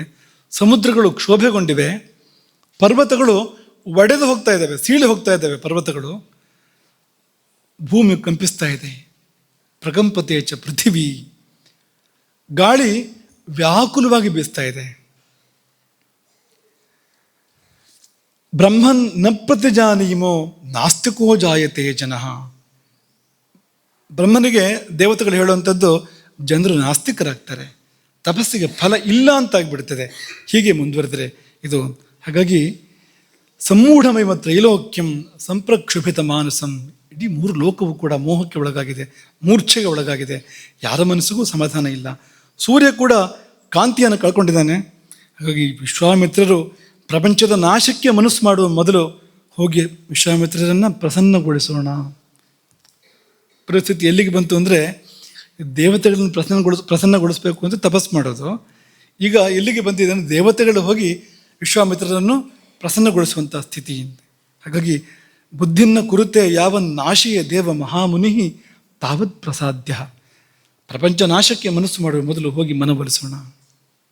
ಏನಪ್ಪ ಅಂಥ ಸಮಸ್ಯೆ ಅಂದರೆ ಅಗ್ನಿರೂಪೋ ಭಗವಾನ್. ಅದು ವಿಶ್ವಾಮಿತ್ರ ಅಂದರೆ ಈಗ ವಿಶ್ವಾಮಿತ್ರ ಅಲ್ಲ, ಅದು ಅಗ್ನಿಯೇ. ಅಗ್ನಿ ಬೆಳೆದರೆ ಹೀಗೆ ಬೆಳಿಬೋದು. ಹೇಗೆ ಬೆಳಿಬೋದು ಅಂದರೆ 3 ಲೋಕವನ್ನು ಕೂಡ ಸುಡುವ ಹಾಗೆ ಬೆಳಿಬೋದು. ಯಾರಿಗೂ ಪ್ರಪಂಚದಲ್ಲಿ ಆ ಅಗ್ನಿ ಬಿಸಿ ತಟ್ಟದೇ ಇರ್ಲಿಕ್ಕೆ ಸಾಧ್ಯ ಇಲ್ಲ, ಹಾಗೆ ಬೆಳಿಬೋದು ಅಂತ. ಮಹಾದ್ಯುತಿ. ಹಿಂದೆ ಪ್ರಳಯ ಕಾಲದಲ್ಲಿ ಅಗ್ನಿ ಹೇಗೆ ಮೂಲೋಕವನ್ನು ಸುಟ್ಟಿತ್ತೋ ಹಾಗೆ ಸುಡುವ ಸಾಧ್ಯತೆ ವಿಶ್ವಾಮಿತ್ರರಿಗಿದೆ. ಹಾಗಾಗಿ ಒಂದು ವೇಳೆ ದೇವರಾಜ್ಯವನ್ನು ಕೇಳಿದ್ರು ಕೊಟ್ಬಿಡೋಣ, ಅವ್ರ ಸೇವೆ ಮಾಡ್ಕೊಂಡಿರೋಣ ನಾವು. ಆಗ ಬ್ರಹ್ಮದೇವರು ಹೋಗಿ ವಿಶ್ವಾಮಿತ್ರರನ್ನು ಒಲಿಸಿ ಬ್ರಹ್ಮರ್ಷಿತ್ವವನ್ನು ಕೊಟ್ಟ ಅಂತ ನಾವು ಕೇಳ್ತೇವೆ. ಅವ್ರು ಹೇಳಿದ್ದಕ್ಕೆಲ್ಲ ಒಪ್ಪಿ. ವಿಶ್ವಾಮಿತ್ರರು ಹೇಳಿದ್ದೇನು, ನೀನು ಹೇಳಿದ್ರೆ ಸಾಲದು, ವಸಿಷ್ಠರು ಹೇಳಬೇಕು. ಹಠಕ್ಕಲ್ಲ, ಅದನ್ನು ಪ್ರಮಾಣಿತ ಮಾಡೋ ಯೋಗ್ಯತೆ ಅವರಿಗಿದೆ ಅಂತ, ವಸಿಷ್ಠರಿಗಿದೆ ಅಂತ. ಹೌದೋ ಅಲ್ವೋ, ಬ್ರಹ್ಮರ್ಷಿ ಹೋದೋ ಅಲ್ವೋ ಅಂತ ಈ ಲೋಕದಲ್ಲಿ ಹೇಳುವ ಯೋಗ್ಯತೆ ಯಾರಿಗಾರು ಇದ್ದರೆ ವಸಿಷ್ಠರಿಗಿರುವಂಥದ್ದು ಅಂತ. ಯಾಕೆಂದರೆ ಸಖ್ಯಂಚಕಾರ ಬ್ರಹ್ಮರ್ಷಿ ಅಂತ ಪ್ರಪಂಚದಲ್ಲಿ ಪ್ರಥೆ ಏನು ಬಂದಿದೆ ಅಂತ, ಜಗಳ ವಿಶ್ವಾಮಿತ್ರರಿಗೂ ವಸಿಷ್ಠರಿಗೂ ಮುಂದೂ ಇತ್ತು, ಹಾಗೆ ಮುಂದುವರಿತು. ಇಬ್ಬರು ಬ್ರಹ್ಮರ್ಷಿಗಳು ಹಾಗೆ ಮುಂದುವರಿತು ಅಂತ ಅರ್ಥ ಇಲ್ಲದೆ ಇರುವಂಥದ್ದು. ಸಖ್ಯಂಚಕಾರ ಬ್ರಹ್ಮರ್ಷಿ, ಮೂಲದಲ್ಲಿ ಇರೋದು ಹೇಗೆ ಅಂತ ಸಖ್ಯ ಏರ್ಪಟ್ಟಿತು ಒಂದು ವಸಿಷ್ಠ ವಿಶ್ವಾಮಿತ್ರರ ಮಧ್ಯದಲ್ಲಿ ಅಂತ ವಾಲ್ಮೀಕಿ ರಾಮಾಯಣ ಹೇಳುವಂಥದ್ದು. ಅದು ಮುಂದಿನ ಕಥೆ. ಇದೇನೆಂದರೆ ಈ ಉಪವಾಸದ ನೇರ ಫಲಿತಾಂಶ ಏನಂದರೆ ಅಗ್ನಿ ಪ್ರಜ್ವಲನ. ನಮ್ಮೊಳಗಿನ ಆ ಕೋಷ್ಠಾಗ್ನಿ ಪ್ರಜ್ವಲಿಸುವಂಥದ್ದು, ಅದರ ಫಲವಾಗಿ ಯಾವ ದೋಷವೂ ಉಳಿದು ಹೋಗುವಂಥದ್ದು, ದೋಷವನ್ನೆಲ್ಲ ಸುಟ್ಟು ಹಾಕಿ ನಮ್ಮನ್ನು ನಿಷ್ಪಾಪರನ್ನಾಗಿ ನಿರ್ದೋಷರನ್ನಾಗಿ ಇದು ಮಾಡುವಂಥದ್ದು. ಇದು ಅದರ ಫಲ ಎನ್ನುವುದು ಈ ಕಥೆಯಲ್ಲಿ ನಮಗೆ ಗೊತ್ತಾಗುವಂಥದ್ದು. ಇಲ್ಲೂ ಹಾಗೆಯೇ ಎಷ್ಟು ಕಾಲದ ಉಪವಾಸ, ಅದರ ಕ್ಲೇಶ ಇಲ್ಲ, ಉಪವಾಸದ ಹಸಿವು ಇಲ್ಲ ವಿಶ್ವಾಮಿತ್ರರಿಗೆ. ಯಾಕೆಂದರೆ ಉಪವಾಸ ಆಗಿದೆ ಅಲ್ಲಿ, ತಮ್ಮೊಳಗಿನ ಘನತತ್ವದಲ್ಲಿ ಲೀನವಾಗಿದ್ದಾರೆ ಅವರು, ಅದರ ಒಂದು ಸಂಘದಲ್ಲಿದ್ದಾರೆ. ಹಾಗಾಗಿ ಅವರಿಗೆ ಹಸಿವಿನ ಬಾಧೆ ಇಲ್ಲ. ಬಾಧೆ ಇದ್ದರೆ ಉಪವಾಸ ಅಲ್ಲ ಅದು. ಇವತ್ತು ಉಪವಾಸ ನನಗೆ ಯಾಕೆ ಅಂದರೆ ಹೊಟ್ಟೆಗೇನು ಸಿಕ್ಕಿಲ್ಲ ಅಂತ, ಅದು ಉಪವಾಸ ಅಲ್ಲ, ಅದು ಉಪವಾಸ ಅಲ್ಲ, ಅದು ನಿರಾಹಾರ ಅಂತ ಕರಿಬೋದು ಅದನ್ನು ಬೇಕಾದ್ರೆ, ಹೊರತು ಉಪವಾಸ ಅಲ್ಲ, ನಿರಶನ ಅಂತ ಕರಿಬೋದು. ಆದರೆ ಉಪವಾಸ ಅಂತ ಆಗಬೇಕಾದ್ರೆ ಈ ಭಗವತ್ ಸಾಮೀಪ್ಯ ಬೇಕು ಅದಕ್ಕೆ, ಅದೆಲ್ಲದೆ ಉಪವಾಸ ಅಲ್ಲ ಅದು. ಇನ್ನು ಅದೆಲ್ಲ ಹಳೆ ಕತೆ. ಇತ್ತೀಚಿನ ಕತೆ ಹೇಳೋದಾದರೆ ರಮಣ ಮಹರ್ಷಿಗಳು. ಅವರು ತಮಿಳುನಾಡಿನ ತಿರುವಣ್ಣಾಮಲೆಗೆ ಬಂದ ಆರಂಭದ ದಿನಗಳು. ಅಲ್ಲಿ ಪಾತಾಳ ಲಿಂಗಂ ಎನ್ನುವ ಕತ್ತಲೆಯ ಗುಹೆ, ತೇವಾಂಶ ಇದೆ, ತುಂಬ ತೇವಾಂಶ ಇದ್ದಲ್ಲಿ ಕ್ರಿಮಿಕೀಟಗಳಿರ್ತವೆ. ಅಂಥದ್ದೊಂದು ಗುಹೆ. ಅಲ್ಲಿ ಯಾವಾಗಲೂ ಧ್ಯಾನದಲ್ಲಿ ಮುಳುಗಿರ್ತಿದ್ದಾರಂತೆ, ಆಳವಾದ ಧ್ಯಾನದಲ್ಲಿ, ಸಮಾಧಿಯಲ್ಲಿ ಯಾವಾಗಲೂ ಮುಳುಗಿರ್ತಾ ಇದ್ರು ರಮಣ ಮಹರ್ಷಿಗಳು.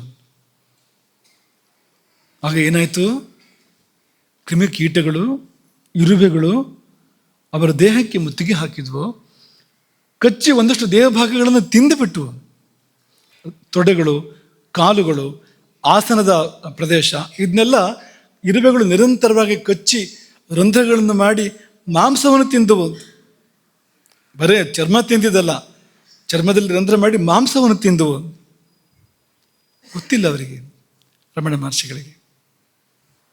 ಯಾಕೆ ಅಂದರೆ ಅವರು ಉಪವಾಸ ಇದ್ದರು. ಹೊಟ್ಟೆಗಂತ ತಗೊಂಡಿಲ್ವ ಅಂದರೆ ಹಾಗಲ್ಲ, ಉಪವಾಸ ಇದ್ರು ಅಂದರೆ ಎಲ್ಲವನ್ನೂ ಮರೆತಿದ್ರು. ಇಲ್ಲೂ ಕೂಡ ಹಾಗೆ ಈ ಇರುವೆಗಳು ಬಂದು ಕಚ್ಚಿ ತಿಂದು ಮಾಂಸದವರೆಗೆ ಹೋಗಬೇಕು ಅಂದರೆ ಅದು ಅಷ್ಟು ಬೇಗ ಆಗುವಂಥದ್ದಲ್ಲ, ಸುಮಾರು ಸಮಯ ತಗೊಂಡಿರುವಂಥದ್ದು. ಅದು ಅಷ್ಟು ಬೇಗ ಅಲ್ಲಿವರೆಗೆ ಹೋಗೋದಿಲ್ಲ, ಅದು ಸಾಕಷ್ಟು ಸಮಯ ತಗೊಳುತ್ತೆ ಅದು. ಹಾಗಾದ್ರೆ ಅವ್ರು ಏನು ಮಾಡ್ತಾಯಿದ್ರು, ಗುಹೆ ಒಳಗೆ ಯಾರು ಅಡುಗೆ ಮಾಡಿ ಬಡಿಸ್ತಾ ಇದ್ರು ಅಂದರೆ ಏನಿಲ್ಲ, ಉಪವಾಸ, ನಿಜವಾದ ಉಪವಾಸ. ಇನ್ನು ಈ ಹಳೆಯ ಕಥೆಗಳ ಪೈಕಿಯಲ್ಲಿ ಕೊನೆಯದು, ತುಂಬ ಹಳೆಯದಿದು, ಒಂದು ರಾಕ್ಷಸನ ಕಥೆ ಇದು, ಮಹಾರಾಕ್ಷಸನ ಕಥೆ ಇದು. ಹಿರಣ್ಯಕಶಿಪು. ಹಿರಣ್ಯಾಕ್ಷನ ವಧೆಯಾದ ಬಳಿಕ ಹಿರಣ್ಯಕಶಿಪು ತಪಸ್ಸಿಗೆ ಹೋಗ್ತಾನೆ. ಅಜೇಯ ಅಜರಾಮರ ಆಗಬೇಕು ಅಂತ ಅವನು ತಪಸ್ಸು ಮಾಡ್ತಾ ಇರುವಂಥದ್ದು. ಅಪ್ರತಿದ್ವಂದ್ವ, ತನಗ್ಯಾರು ಎದುರಿರಬಾರ್ದು ಅಂತ, ಏಕರಾಜ ತಾನಾಗಬೇಕು ಅಂತ ತಪಸ್ಸು ಮಾಡ್ತಾ ಇರುವಂಥದ್ದು. ಮಂದರ ಪರ್ವತದ ಪರಿಸರದಲ್ಲಿ ತಪಸ್ಸು ಮಾಡ್ತಾ ಇದ್ದಾನೆ. ಊರ್ಧ್ವಬಾಹು, ಎರಡೂ ಕೈ ಮೇಲೆತ್ತಿದ್ದಾನೆ. ನಭೋ ದೃಷ್ಟಿ, ಆಕಾಶದಲ್ಲಿ ದೃಷ್ಟಿಯನ್ನು ನೆಟ್ಟಿದ್ದಾನೆ.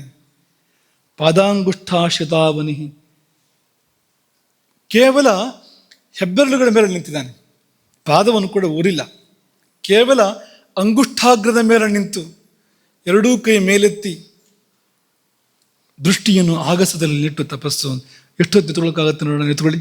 ಆ ಥರ ಈಗಲೇ ಎಲ್ಲ ಹೋಗಿ ನೋಡ್ಕೊಳ್ಳಿ. ಬೆರಳ ತುದಿಯಲ್ಲಿ, ಹೆಬ್ಬೆರಳ ತುದಿಯಲ್ಲಿ ಎಷ್ಟೊತ್ತು ಎತ್ಕೋಬೋದು? ಅವನು ಹೆಚ್ಚೊತ್ತು ನಿಂತ್ಕೊಂಡಿಲ್ವಂತೆ. 100 ದಿವ್ಯ ವರ್ಷಗಳು ಅಂತ. ಒಂದು ದಿವ್ಯ ವರ್ಷ ಅಂದರೆ 365 ವರ್ಷ. ನಮ್ಮದು ಮನುಷ್ಯರ 365 ವರ್ಷ, ದೇವತೆಗಳ 1 ವರ್ಷ. 100 ದಿವ್ಯ ವರ್ಷ ಅಂದರೆ ನೀವು ಗುಣಾಕಾರ ಮಾಡಿ ಎಷ್ಟಾಯಿತು ಅಂತ. ಇಷ್ಟು ಕಾಲದ ತಪಸ್ಸು ಅದು ಹಿರಣ್ಯಕಶಿಪುನದ್ದು. ಅವನಿಗೆ ಅಂತಹದ್ದೊಂದು ವರ ಸಿಕ್ಕಿದೆ ಅಂದರೆ ಸುಮ್ಮನೆ ಸಿಕ್ಕಿಲ್ಲ. ಅದರ ಹಿಂದಿರುವ ಪ್ರಯತ್ನ ಇದೆಯಲ್ಲ, ಅದು ಅತ್ಯದ್ಭುತವಾಗಿರುವಂಥದ್ದು, ಅಸಾಧಾರಣವಾಗಿರುವಂಥದ್ದು. ಮೋಕ್ಷಕ್ಕಾಗಿ ಮಾಡಿದ್ನ ಅಂದರೆ ಇಲ್ಲ, ಮೋಕ್ಷಕ್ಕಾಗಿ ಮಾಡಿಲ್ಲ. ಅವನು ವಿಶ್ವವಿಜಯಿ ಆಗಬೇಕು ಅಂತ ಮಾಡಿದ್ದು. ರಜೋಗುಣ ತಮೋಗುಣಗಳ ಪ್ರಭಾವ ಇದೆ. ಆದರೆ ಮೋಕ್ಷಕ್ಕಾಗಿ ಅಲ್ಲವೋ ಅಂದರೆ ಮೋಕ್ಷಕ್ಕಾಗಿ ಮಾಡಿರೋದು. ಒಳಗೆ ಜೀವ ಆ ಕಡೆಗೆ ಹೋಗ್ತಾ ಇದೆ. ಅದು ಇವನು ಮೋಕ್ಷಕ್ಕೆ ಹೋಗಬೇಕು ಅಂದರೆ ದೇವರು ಕೆಳಗಿಳಿದು ಬರಬೇಕು. 3 ಅವತಾರ ತಳಬೇಕು ದೇವರು ಇವನಿಗೋಸ್ಕರವಾಗಿ. ನರಸಿಂಹ ಅವತಾರ, ರಾಮಾವತಾರ, ಕೃಷ್ಣಾವತಾರ ತಾಳಿಸ್ಬೇಕು ಇವನು ದೇವರಿಂದ. ಅಂಥ ಕೆಲಸ ಇದೆ ಹಿರಣ್ಯಕಶಿಪುವಿಗೆ. ಅದಕ್ಕೆ ಶಕ್ತಿ ಬೇಕು ಅದೆಲ್ಲ ಮಾಡಬೇಕು ಅಂದರೆ. ಭಯಂಕರವಾದ ತಪಸ್ಸು. ಮೊದಲು ಹೇಗಪ್ಪ ಅಂದರೆ ಅವನು ಜಟಾಮಂಡಲ ಶೋಭಿಸ್ತಂತೆ, ಎಲ್ಲ ಕಡೆಗೆ ಹಬ್ಬಿ ಹರಡಿದೆ ಜಟಗಳು. ಹೇಗೆ ಅಂದರೆ ಸಂವರ್ತಕ ಅಂತ ಒಂದು ಅಗ್ನಿ ಸೂರ್ಯನಿಗೂ ಹೇಳ್ತಾರೆ, ಅದರ ಜ್ವಾಲೆಗಳು ಕಿರಣಗಳು ಹರಡಿದ ಹಾಗೆ ಜಟಗಳು ಹರಡಿತ್ತು ಎಲ್ಲ ಕಡೆಗೂ ಅಂತ. ಹಾಗೆ ಆರಂಭದಲ್ಲಿ ಇತ್ತಂತೆ. ದೇವತೆಗಳು ತಮ್ಮ ಸ್ಥಾನಕ್ಕೆ ಹೋಗಿ ಸೇರ್ಕೊಂಡ್ರಂತೆ. ಈ ಸಮಯದಲ್ಲಿ ತಮ್ಮ ನೆಲೆಗಳನ್ನು ಕಂಡುಕೊಂಡ್ರಂತೆ.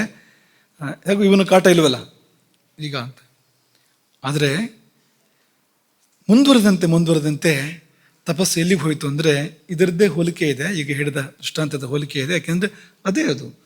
ತಸ್ಯ ಮೂರ್ಧ ಸಮುದ್ಭೂತಃ ಸಧೂಮೋಗ್ನಿಸ್ತಪೋಮಯ ತಿರಿಯ ಗೂರ್ಧ ಮಧೋ ಲೋಕಾನ್ ಪ್ರಾತಪದ್ ವಿಶ್ವಗೈರಿತಃ. ನೆತ್ತಿಯಿಂದ ಹೊಗೆಯಿಂದೊಡಗೂಡಿದ ಬೆಂಕಿ ಹೊರಬಂತು. ಬೆಂಕಿಯೇ ಹೊರಬಂತು. ಸಧೂಮೋಗ್ನಿ, ಅದು ಮೇಲೆ ಕೆಳಗೆ ಅತ್ತ ಇತ್ತ ಎಲ್ಲ ವ್ಯಾಪಿಸಿತು. ಆ ಬೆಂಕಿ ತುಂಬ ಕಾಲ ಕಳೆದಿದೆಯಲ್ಲ. ವಿಶ್ವಗೈರಿತಃ, ಪರಿಣಾಮವಾಗಿ ನದಿಯ ಸಮುದ್ರಗಳು ಕ್ಷೋಭೆಗೊಂಡವು, ಭೂಮಿ ಕಂಪಿಸಿತು, ಗ್ರಹಗಳೆಲ್ಲ ಉದುರಿದ್ವಂತೆ. ಗ್ರಹಗಳು ಉದುರಿದವು, ತಾರೆಗಳು ಕೂಡ ಸ್ಥಾನಚ್ಯುತವಾದವು ಮತ್ತು ಹೊತ್ತಿ ಉರಿದವು. ಸ್ವರ್ಗಕ್ಕೂ ಬಿಸಿ ತಟ್ಟಿದಂತೆ. ಎಷ್ಟರ ಮಟ್ಟಿಗೆ ಅಂದರೆ ಸ್ವರ್ಗ ತಂಪಲ್ವಾ, ಅತ್ಯಂತ ತಂಪು. ಆದರೆ ಬಿಸಿ ಎಷ್ಟು ಸ್ವರ್ಗದಲ್ಲಿ ಏರ್ಪಡ್ತು ಅಂದರೆ ಸ್ವರ್ಗದಲ್ಲಿ ಇರೋಕ್ಕೆ ಆಗದೆ ಬಿಟ್ಟು ಬ್ರಹ್ಮಲೋಕಕ್ಕೆ ಹೋದ್ರಂತೆ ಮೇಲಕ್ಕೆ ದೇವತೆಗಳು. ಅಷ್ಟು ಬಿಸಿ. ಯಾಕೆಂದರೆ ಅಗ್ನಿ. ತಪಸ್ಸು ಅಂದರೆ ಅಗ್ನಿ, ಅಗ್ನಿ ಅಂದರೆ ತಪಸ್ಸು. ಬ್ರಹ್ಮನಲ್ಲಿ ಪ್ರಾರ್ಥನೆ ಮಾಡ್ತಾರೆ, ಹೋಗಿ ಅದು ಏನು ಅಂತ ನೋಡೋದು ಒಳ್ಳೆಯದು, ಯಾರಿಗೂ ಇರೋ ಪ್ರಶ್ನೆ ಇಲ್ಲ ಅಂತ ಕಷ್ಟ ಆಗಿಬಿಟ್ಟಿದೆ, ಹೋಗಿ ನೋಡೋದು ಒಳ್ಳೆಯದು ಅಂತೆಲ್ಲ ವಿಜ್ಞಾಪನೆ ಮಾಡ್ತಾರೆ. ಅಲ್ಲೊಂದು ಸಂಭಾಷಣೆ ಆಗುತ್ತೆ ಬ್ರಹ್ಮದೇವರಿಗೂ ಮತ್ತು ದೇವತೆಗಳಿಗೂ. ಆಮೇಲೆ ಬ್ರಹ್ಮ ಒಪ್ಕೊಂಡು ಹಿರಣ್ಯಕಶಿಪು ಇದ್ದಲ್ಲಿ ಬರ್ತಾನೆ. ಇಲ್ಲೇ ಇರೋ ಸ್ವಾರಸ್ಯ. ಹಿರಣ್ಯಕಶಿಪು ಇರೋಲ್ಲಿ ಬಂದರೆ ದೈತ್ಯೇಶ್ವರ ಆಶ್ರಮ, ಈ ಶಬ್ದ ನೋಡಿ, ಭಾಗವತದ ಪಂಕ್ತಿಗಳು ಇವೆಲ್ಲವೂ ಕೂಡ ದೈತ್ಯೇಶ್ವರ ಆಶ್ರಮ. ಆ ದೈತ್ಯೇಶ್ವರನ ಆಶ್ರಮದಲ್ಲಿ ದೈತ್ಯೇಶ್ವರ ಇಲ್ಲ, ಹಿರಣ್ಯಕಶಿಪು ಇಲ್ಲ, ಕಾಣ್ತಾ ಇಲ್ಲ. ಏನಾಗಿರ್ಬೋದು ಕಾಣದೇ ಇರೋದಕ್ಕೆ? ಏನಾಗಿರ್ಬೋದು? ಏನಪ್ಪ ಆಗಿರ್ಬೋದು ಅಂದರೆ ಹಿರಣ್ಯಕಶಿಪುವಿನ ಮೇಲೆ ಹುಲ್ಲು ಬಿದಿರು ಬೆಳೆದಿದೆ ಅಂತೆ. ಹುತ್ತ ಮಾತ್ರ ಅಲ್ಲ, ವಲ್ಮೀಕ ತೃಣ ಕೀಚಕೈಹಿ. ಹುತ್ತ ಮಾತ್ರ ಅಲ್ಲ, ಹುಲ್ಲು ಬಿದಿರುಗಳು ಬೆಳೆದಿದ್ದಾವೆ. ಹಾಗೆ ಒಳಹೊಕ್ಕು ದೃಷ್ಟಿ ನೋಡಿದರೆ ಅಲ್ಲಿ ಏನಿದೆ ಅದ್ರ ಒಳಗೂ ಕೂಡ ಹಿರಣ್ಯಕಶಿಪು ಅವನು ಯಥಾರೂಪವಾಗಿ ಇಲ್ಲ. ಅವನು ತಪಸ್ಸು ಕೂತಾಗ ಹಾಗಿದ್ನೂ ಹಾಗಿಲ್ಲ. ಮತ್ತೇನಿದೆ, ಹೇಗಿರ್ಬೋದು? ಸಪೂರ ಆಗಿರ್ಬೋದು. ಅವನು ತಪಸ್ಸು ಮಾಡಿ ಮಾಡಿ ಮಾಡಿ ಮೂಳೆಗಳಿದ್ದವು ಅಷ್ಟೇ. ಹಿರಣ್ಯಕಶಿಪುವಿನ ಮೂಳೆಗಳಿದ್ದವು. ಇದು ಹೇಗಿರ್ಬೋದು ಈ ತಪಸ್ಸು? ಪಿಪೀಲಿಕಾಭಿರಾಚೀರ್ಣಂ, ಇರುವೆಗಳು ತಿಂದು ಹಾಕಿದೆ. ಏನಲ್ಲ, ಮೇಧ, ಕೊಬ್ಬು, ತ್ವಕ್ಕು, ಚರ್ಮ, ಮಾಂಸ, ರಕ್ತ, ಈ ಮೂಳೆ ಮೇಲೆ ಏನೆಲ್ಲ ಇದೆಯೋ ಅದೆಲ್ಲದನ್ನು ತಿಂದು ಹಾಕಿದೆ ಅಂತ ಇರುವೆಗಳು. ಇವನು ಗಪ್ ಚುಪ್ ಇವನು ಏನು ಇರುವೆ ಓಡಿಸೋಕೆ ಕೂಡ ಹೋಗಿಲ್ಲ. ಹಿರಣ್ಯಕಶಿಪು ಅದನ್ನು ಮೀಸೆ ಕಲ್ಪನೆ ಮಾಡ್ಕೊಳ್ಳಿ ಹೇಗಿರ್ಬೋದು ಅಂತ ಹಿರಣ್ಯಕಶಿಪು ನೀವು. ಅವನು ಆ ಇರುವೆ ಓಡಿಸೋಕ್ಕಾಗೋದಿಲ್ವ ಅವನಿಗೆ, ಹಿರಣ್ಯಕಶಿಪುವಿಗೆ? ಹಾಗಾದರೆ ತಿಂದು ಹಾಕ್ಬಿಟ್ಟಿದೆ ಪೂರ್ತಿ. ಏಕೆಂದರೆ ತಪಸ್ಸಿನಲ್ಲಿ ಮುಳುಗಿದ್ದಾನೆ. ಬ್ರಹ್ಮನ ಉಪವಾಸ, ಅವರಿಗೆ ಹಿರಣ್ಯಕಶಿಪುವಿಗೆ ಬ್ರಹ್ಮನ ಉಪವಾಸ ಅಲ್ಲಿ.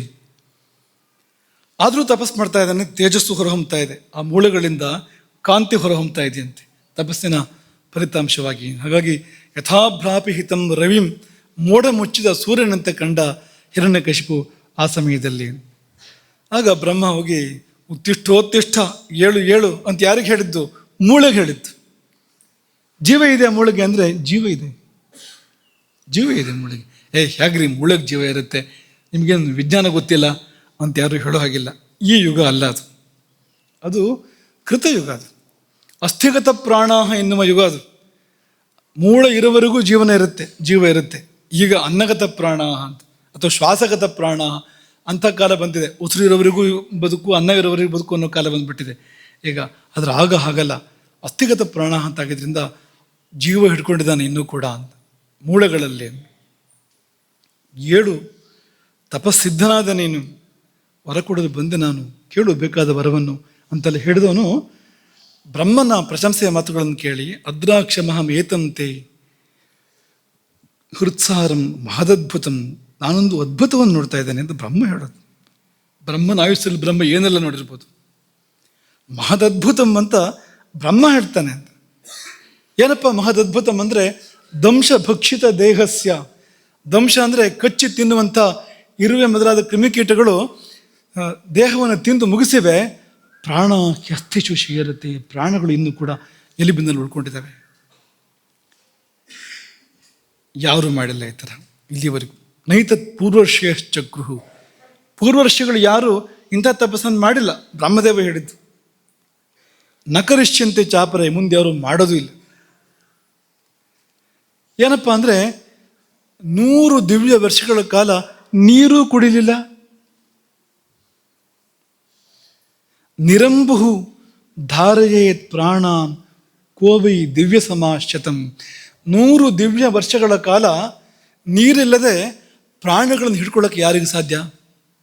ಅಂದರೆ ವೈಕುಂಠದ ದ್ವಾರಪಾಲಕನಿಗೆ ಮಾತ್ರ ಸಾಧ್ಯ, ಮತ್ತಾರಿಗೂ ಸಾಧ್ಯ ಇಲ್ಲ. ವಿಷ್ಣು ಪಾರ್ಶ್ವವರ್ತಿಗೆ, ವಿಷ್ಣು ಸಹಚರನಿಗೆ ಮಾತ್ರ ಸಾಧ್ಯ ಅದು. ಅಲ್ಲಿದೆ ಚೈತನ್ಯ ಅದಕ್ಕೆ ಬೇಕಾಗಿರುವಂಥದ್ದು. ಮತ್ತೆ ಮರಳಿ ಹೋಗಬೇಕು ವೈಕುಂಠಕ್ಕೆ ಎನ್ನುವ ಜೀವದ ವಾಂಛೆ ಇದೆಯಲ್ಲ, ದೇವರನ್ನು ಕರೆಸ್ಕೊಳ್ಬೇಕು ಇಲ್ಲಿಗೆ ಅಂತ, ಅದು ಆ ಪ್ರಾಣಗಳನ್ನು ಹಿಡಿದಿಟ್ಟಿದೆ. ಹಾಗಾಗಿ ನಿನ್ನ ಈ ತಪಸ್ಸಿನಿಂದ ಮೆಚ್ಚಿದೆ, ಇದು ನಿನಗೆ ಆಶೀರ್ವಾದ ಮಾಡ್ತೇನೆ ಎಂಬುದಾಗಿ ಹೇಳಿ ಇರುವೆ ತಿಂದ ಆ ದೇಹದ ಮೇಲೆ, ಆ ಮೂಳೆ ಮೇಲೆ ಆ ಸಂಭಾಷಣೆ ನೀವು ಕಲ್ಪನೆ ಮಾಡ್ಕೊಳ್ಳಿ. ಬ್ರಹ್ಮದೇವ, ಚತುರ್ಮುಖ ಬ್ರಹ್ಮ ಮತ್ತು ಅಸ್ಥಿಪಂಜರ ಮಾತಾಡೋದು, ಅದನ್ನು ಕಲ್ಪನೆ ಮಾಡ್ಕೊಳ್ಳಿ ನೀವು ಹೇಗಿರ್ಬೋದು ಅಂತ. ಅಸ್ಥಿಪಂಜರದ ಮೇಲೆ ತನ್ನ ಕಮಂಡಲಿನ ಜಲವನ್ನು ಪ್ರೋಕ್ಷಿಸಿದಂತೆ ಬ್ರಹ್ಮ.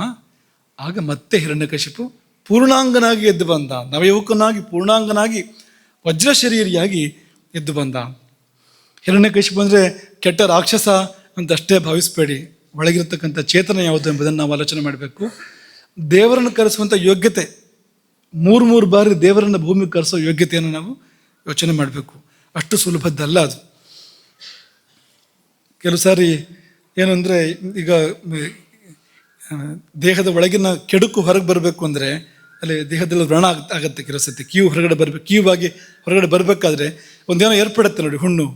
ಅದು ನೋಡೋಕ್ಕೆ ಕೆಟ್ಟದಾಗಿ ಕಂಡ್ರೂ ಕೂಡ ಒಳಗಿರುವ ಕೊಳಕನ್ನೆಲ್ಲ ಹೊರಗೆ ಹಾಕ್ತಾ ಇದೆ. ಹಾಗಾಗಿ ಈ ಭೂಮಂಡಲದ ಎಲ್ಲ ಕಲ್ಮಶವನ್ನು ಹೊರಗೆ ಹಾಕ್ಲಿಕ್ಕೋಸ್ಕರ ಹುಣ್ಣಾಗಿ ಬಂದರು ಆ 3 ಜನರು ಕೂಡ, 3 ಜನ್ಮಗಳಾಗಿ ಅವರು. ಹಾಗಾಗಿ ಅವರು ತಾವು ಉದ್ಧಾರ ಆಗಿದ್ದು ಮಾತ್ರ ಅಲ್ಲ, ಎಷ್ಟೋ ಇಲ್ಲಿ ದುಷ್ಟರನ್ನೆಲ್ಲ ಹತ ಮಾಡಿದರು, ಅವರಿಗೆಲ್ಲ ಮೋಕ್ಷವನ್ನು ಕೊಡಿಸಿದ್ರು, ಅವರಿಂದಾಗಿ ಎಷ್ಟೋ ಜನರಿಗೆ ಒಳ್ಳೆಯದಾಯಿತು ಅನ್ನೋದನ್ನು ಕೂಡ ಯೋಚನೆ ಮಾಡಬೇಕು ನಾವು. ಆಯಿತು, ಈಗ ಕೊನೆ ಹಂತಕ್ಕೆ ಬರೋಣ. ಈಗ ನೀವೇನು ಹೇಳ್ತೀರಿ ಅಂತ ನಮ್ಗೆ ಗೊತ್ತಾಯ್ತು. ಏನು ಹೇಳ್ತೀರಿ ಅಂದರೆ, ಇಷ್ಟು ಹೊತ್ತಿನ ಪ್ರವಚನದಿಂದ ನಮ್ಗೆ ಅರ್ಥ ಆಗಿದ್ದೇನೆಂದರೆ, ಉಪವಾಸ ನಮಗೆ ಸಂಬಂಧಪಟ್ಟ ವಿಷಯ ಅಲ್ಲ. ಇದೆಲ್ಲ ಮಹಾತ್ಮರು ಮಾಡೋಂಥದ್ದು, ಅವತಾರ ಪುರುಷರು ಅಂಥವರೆಲ್ಲ ಮಾಡ, ಅಥವಾ ಹಿರಣ್ಯಕಶಿಪನಂಥ ರಾಕ್ಷಸರು ಅವರಾದರೂ ಆಗ್ಬೋದು. ಆದರೆ ನಮ್ಮಂಥ ಸಾಮಾನ್ಯರು ಈ ಉಪವಾಸ ಮಾಡೋದಲ್ಲ. ಅನ್ನೋ ಅಲ್ಲಿಗೆ ಬಂದ್ರಾ? ಈಗ ಒಂದು ಸ್ವಲ್ಪ ಆಲೋಚನೆ ಮಾಡೋಣ. ಈಗ ನಾವು ಕೂಡ ಹೀಗೆ ಮಾಡ್ತೇವೆ, ಅಷ್ಟು ಅಲ್ಲದೇ ಇದ್ರೂ ಕೂಡ ಉಪವಾಸ ನಾವು ಕೂಡ ಮಾಡೋದಿದೆ. ಎಲ್ಲಿ ಅಂದರೆ, ನಾವು ಒಂದು ಒಳ್ಳೆ ಚಲನಚಿತ್ರ ನೋಡ್ತಾ ಇರ್ತೇವೆ ಅಂತ ಅಂದ್ಕೊಳ್ಳಿ, ಹಸುವಾಗಿದ್ದೇ ಗೊತ್ತಿಲ್ಲ, ಅಮ್ಮ ಕರೆಯೋದು, ಬಾ ಬಾ ಬಾ ಊಟಕ್ಕಾಯ್ತು ಅಂತ. ಅಸಾಮಿ ಕೂತಿರಂದು ಹೇಳೋದೇ ಇಲ್ಲ, ಬಂದೆ ಅಂತ ಹೇಳ್ತಾನೆ ಹೊರತು ಎದ್ದು ಬರೋದೇ ಇಲ್ಲ. ಅನುಭವದಲ್ಲಿ ಇಲ್ವಾ ಇದು? ಒಳ್ಳೆ ಆಟ, ಪಂದ್ಯ ನಡೀತಾ ಇದೆ ಅಂತ ನೋಡ್ತಾ ಕೂತಿರ್ತೇವೆ ಅಂದರೆ ಊಟದ ನೆನಪಾಗತ್ತ ನಮಗೆ? ಆವಾಗ ನೆನಪಾಗತ್ತಾ? ತುಂಬ ಉದಾಹರಣೆಗಳು ಕೊಡ್ಬೋದು ಇಂಥದ್ದು. ಅಂದರೆ ನಾವು ನಮ್ಮ ಬದುಕಿನಲ್ಲಿಯೇ ಎಷ್ಟೋ ಬಾರಿ ಊಟವನ್ನು ಮರಿತೇವೆ, ನಮ್ಗೆ ಹಸುವು ಆಗೋದಿಲ್ಲ, ಗೊತ್ತೂ ಆಗೋದಿಲ್ಲ. ಊಟದ ಸಮಯ ಮೀರಿ ಎಷ್ಟು ಹೊತ್ತಾಗಿರುತ್ತೆ, ಆ ಪ್ರಜ್ಞೆ ಇರೋದಿಲ್ಲ. ಅಂಥದ್ದಿಲ್ವಾ ಜೀವನದಲ್ಲಿ? ಇದೆಯೋ ಇಲ್ವಾ? ಇದೆ. ಅಂದರೆ ನಮಗೂ ಉಪವಾಸ ಗೊತ್ತು, ಆದರೆ ಎಲ್ಲಿ ಮಾಡಬೇಕು ಅಲ್ಲಿ ಮಾಡ್ತಾ ಇಲ್ಲ ಅಂತ. ಅದು ಎಲ್ಲಾಗಬೇಕು ಅಲ್ಲಿ ಆಗ್ತಾ ಇಲ್ಲ, ಎಲ್ಲೋ ಬೇಡದವರಲ್ಲಿ ಆಗ್ತಾ ಇದೆ, ಬೇಕಾದಲ್ಲಿ ಆಗ್ತಾ ಇಲ್ಲ ಅಂತ ಇರ್ತದೆ. ಇನ್ನು ಒಳ್ಳೆ ಜಾಗದಲ್ಲೂ ಆಗೋದಿದೆ. ಮಠದಲ್ಲೇ ನೋಡ್ತೇನೆ ಎಷ್ಟೋ ಬಾರಿ. ಈಗ ಕಾರ್ಯಕ್ರಮ ಎಲ್ಲ ಮುಗಿಯುವಾಗ ತಡ ಆಗಿರ್ತದೆ, 3 ಗಂಟೆ 4 ಗಂಟೆ ಎಲ್ಲ ಆಗೋದುಂಟು, ಇಷ್ಟು ಬಾರಿ 5 ಗಂಟೆ ಆಗೋದುಂಟು ಅಲ್ವಾ? ಎಷ್ಟೋ ಜನ ಕೂತಿರ್ತಾರೆ ಹಾಗೆ. ಇಲ್ಲಿ ಊಟ ಅಲ್ಲಿ ಕಾಯ್ತಾ ಇರುತ್ತೆ ಅವ್ರನ್ನ, ಊಟಕ್ಕೆ ಹೋಗೋ ಸಾಧ್ಯತೆ ಇದೆ ಅವರಿಗೆ, ಅವ್ರು ಹೋಗೋದೇ ಕೂತಿರ್ತಾರೆ. ಇಲ್ಲಿ ನಾವು ಎಷ್ಟೋ ಮಂದಿಯನ್ನು ಕೇಳ್ತೇವೆ, ತುಂಬ ಹೊತ್ತಾಯ್ತಲ್ಲ, 4 ಗಂಟೆ ಆಯ್ತಲ್ಲ, 5 ಗಂಟೆ ಆಯ್ತಲ್ಲ ಅಂತ ಕೇಳಿದ್ರೆ ಹಸುವೆ ಆಗಲಿಲ್ಲ ಅಂತ, ಹಸುವೆ ಗೊತ್ತಾಗಲಿಲ್ಲ ಅಂತ ಹೇಳ್ತಾರೆ. ಅಂದರೆ ಇಂತಹ ಜಾಗದಲ್ಲೂ ಸಾಮಾನ್ಯ ಮನುಷ್ಯರಿಗೂ ಆಗ್ತಾ ಇದೆ, ಇದು ಆಗೋಕ್ಕೆ ಸಾಧ್ಯ ಇದೆ. ಇದು ನೋಡಿ, ಹೌದು ಅಲ್ವಂತ? ನಾವೆಲ್ಲರೂ ಒಂದು ಕಡೆ ಮೈ ಮರೆತರೆ, ಆ ಕಡೆಗೆ ಪೂರ್ತಿ ನಮ್ಮ ಗಮನ ಹೋದರೆ ನಮ್ಗೆ ಊಟ ಬೇಕು ಅಂತ ಅನ್ಸೋದಿಲ್ಲ, ಅವಕಾಶ ಇದ್ರೂ ಹೋಗೋದಿಲ್ಲ. ನಿತ್ಯ ನಡೀತಾ ಇರುತ್ತೆ, ಎಲ್ಲದು ಕರಿತಾ ಇರ್ತಾರೆ, ಊಟ ಸಿದ್ಧವಾಗಿರುತ್ತೆ, ಕಾರ್ಯಕರ್ತರು ಕರಿತಾ ಇರ್ತಾರೆ, ಅದು ಹೋಗದೆ ಕೂತಿರ್ತಾರೆ. ಏನಾಗಿದೆ ಅವರಿಗೆ? ಬೇರೆ ಕಡೆ ಮನಸ್ಸಿದೆ, ಬೇರೆ ಕಡೆ ಗಮನ ಇದೆ, ಒಳ್ಳೆ ಕಡೆಗೆ ಇದೆ, ಒಳ್ಳೆ ಕಡೆಗೆ ಆಗುತ್ತೆ ಇದು. ಯಾಕೆ ಇದನ್ನು ಮತ್ತೆ ಉದಾಹರಣೆ ಕೊಟ್ಟು ಅಂದರೆ, ಅದು ಆ ವಿಷಯದಲ್ಲಿ ಆಗುತ್ತೆ, ಇದರಲ್ಲಿ ಆಗಲ್ಲ ಅಂತ ನೀವು ಹೇಳಿಬಿಡ್ತೀರಿ ಎಲ್ಲರೂ ಅಂತ. ಇಲ್ಲೂ ಸಾಧ್ಯ ಇದೆ, ಇಲ್ಲೂ ಆಗ್ತದೆ ಅದು, ಆದರೆ ನಾವು ಆ ಕಡೆ ಹೋಗಿಲ್ಲ, ಆ ಪ್ರಯತ್ನ ಮಾಡಿಲ್ಲ. ಮಾಡಿದರೆ ಇಲ್ಲೂ ಆಗೋಕ್ಕೆ ಸಾಧ್ಯ ಇದೆ, ಸಾಧ್ಯ ಇಲ್ದಿರೋದೇನಿಲ್ಲ. ನಾವು ನಮ್ಮ ಚಿಕ್ಕ ವಯಸ್ಸಲ್ಲಿ ಓದಿದ್ದು ಮಹಾಭಾರತವನ್ನು, ಸ್ವಲ್ಪ ಬೆಳೆದ ನಂತರ ಸನ್ಯಾಸ ಸ್ವೀಕಾರ ಮಾಡಿದ ನಂತರ ಓದಿದ್ದು ರಾಮಾಯಣವನ್ನು. ಎರಡೂ ಸಂದರ್ಭದಲ್ಲೂ ನಮ್ಮ ಅನುಭವ ಏನು ಅಂದರೆ, ಊಟ ನಿದ್ದೆ ಗೊತ್ತಾಗ್ತಿರ್ಲಿಲ್ಲ. ಚಿಕ್ಕ ವಯಸ್ಸಲ್ಲಿ, ತುಂಬ ಚಿಕ್ಕ ವಯಸ್ಸದು, 8-10 ವರ್ಷ ವಯಸ್ಸು ಅಂತ ಅಂದ್ಕೊಳ್ಳಿ. ಮಹಾಭಾರತ, ಈ ಭಾರತ ದರ್ಶನದ 32 ಸಂಪುಟಗಳು ಆಗಿ ಬಂದಿದ್ವು, ಭಾರತ ದರ್ಶನದವ್ರದ್ದು. ಇಲ್ಲಿ ಕನ್ನಡದಲ್ಲಿ ಸಂಸ್ಕೃತ ಶ್ಲೋಕಗಳು ಕನ್ನಡದಲ್ಲೂ ಅರ್ಥ ಇರ್ತಾ ಇತ್ತು. ಓದ್ತಾ ಇದ್ದರೆ ಎಷ್ಟು ಹೊತ್ತು ನಮ್ಗೆ ಇಲ್ಲದ್ರೆ ನಿದ್ದೆ ತಡೆಯೋಕೆ ಆಗ್ತಿರ್ಲಿಲ್ಲ. ನಮಗೆ ನಿದ್ದೆ ಬೇಗ ಬರೋದು, ಗಟ್ಟಿ ಬರೋದು, ಪಕ್ಕನ ಎಚ್ಚರ ಆಗ್ತಿರ್ಲಿಲ್ಲ, ಅಂಥ ನಿದ್ದೆ ಬರೋದು, ನಿದ್ದೆ ತಡೆಯೋಕ್ಕೆ ಸಾಧ್ಯನೇ ಇರಲಿಲ್ಲ, ಆಗಿತ್ತು ನಮಗೆ. ಆದರೆ ಈ ಮಹಾಭಾರತ ಪುಸ್ತಕ ಸಿಕ್ತು ಅಂದರೆ ಗೊತ್ತೇ ಇಲ್ಲ, ಎಷ್ಟು ಗಂಟೆ ಆಯಿತು ಅಂತಲೇ ಗೊತ್ತಿಲ್ಲ. ಊಟವೂ ಬೇಡ ಅಂತ, ಎಷ್ಟು ಕರೆದರೂ ಮಾಡಿದ್ರೂ ಊಟ ಬೇಕಾಗ್ತಿರ್ಲಿಲ್ಲ ಅಂತ, ಹೀಗಾಗ್ತಾ ಇತ್ತು. ಮುಂದಕ್ಕೆ ಸನ್ಯಾಸದ ನಂತರ, ವಯಸ್ಸಿಗೆ ಬಂದ ನಂತರ, ಒಂದು ಹಂತ ವಯಸ್ಸಿಗೆ ಬಂದ ನಂತರ ರಾಮಾಯಣ ಮೂಲವನ್ನೇ ಅವಲೋಕನ ಮಾಡಿದ್ದು. ಆ ಸಮಯದಲ್ಲಿ ಸಂಸ್ಕೃತ ಶ್ಲೋಕಗಳನ್ನೇ, ವಾಲ್ಮೀಕಿಗಳ ಶ್ಲೋಕಗಳನ್ನೇ, ಆಗಲೂ ಹೀಗೆ ಆಗ್ತಾ ಇತ್ತು. ಗಂಟೆ ಗಂಟೆ ಗಂಟೆ ಗೊತ್ತೇ ಆಗ್ತಿರ್ಲಿಲ್ಲ ಅಂತ, ಎಷ್ಟು ಹೊತ್ತಿಗೆ ಕೂತಿದ್ದು ಅಂತಲೇ ಗೊತ್ತಿರ್ತಿರಲಿಲ್ಲ ಅಂತ. ಕಾಂಡಗಳೇ ಮುಗಿದೋಗ್ತಾ ಇದ್ವು, ಒತ್ತ. ಏನಪ್ಪ ಇದು ಅಂದರೆ, ಅದೇ ಇದು, ಎಲ್ಲೋ ಒಂದು ಕಡೆ ನಾವು ಮುಳುಗಿದಾಗ, ಮೈ ಮರೆತಾಗ, ಭಾವ ನಮ್ಮನ್ನು ಆವರಿಸಿದಾಗ, ಈ ದೇಹ ಏನು ಕೇಳೋದಿಲ್ಲ, ಅದು ಬೇಕು ಇದು ಬೇಕು ಅಂತ ದೇಹ ಕಿರಿಕಿರಿ ಮಾಡೋದಿಲ್ಲ, ತೊಂದರೆ ಮಾಡೋದಿಲ್ಲ. ಭಾವ ಬರಬೇಕು ನಮಗೆ, ಭಾವ ಬೇಕು. ಹಸಿವು ಆಯಿತು ಅಂದರೆ ಅದಿಲ್ಲ ಅಂತ ಅರ್ಥ. ಆಗ ಮೈ ಮರೆತಿಲ್ಲ ನೀನು, ಮೈ ಮರೆತಿಲ್ಲ ಅಂತ. ಮೈ ಮರೆತರೆ ಹಸಿವು ಆಗೋದಿಲ್ಲಿಂದ, ಯಾಕಂದ್ರೆ ಮೈ ಮರೆತಿದೆಯಲ್ಲ. ಹಸಿವು ಅನ್ನೋದು ಮೈಗೆ ಸಂಬಂಧಪಟ್ಟಿರ್ತಕ್ಕಂಥ ವಿಷಯ ಅದು. ಹಾಗಾಗಿ ಮೈ ಮರೆಯೋದನ್ನು ನಾವು ಅಭ್ಯಾಸ ಮಾಡಬೇಕು, ಅಪೇಕ್ಷೆ ಪಡಬೇಕು. ಮೈ ಮರೆಯೋದನ್ನು ಒಂದು ದಾರಿ ಅದು ಅಂತ. ನಿರಾಹಾರಕ್ಕಿರ್ತಕ್ಕಂಥ ಒಂದು ದಾರಿ ಅದು ಉಪವಾಸ ಅಂದರೆ ಈ ರೀತಿಯ ಭಾವ ಎನ್ನುವಂಥದ್ದು.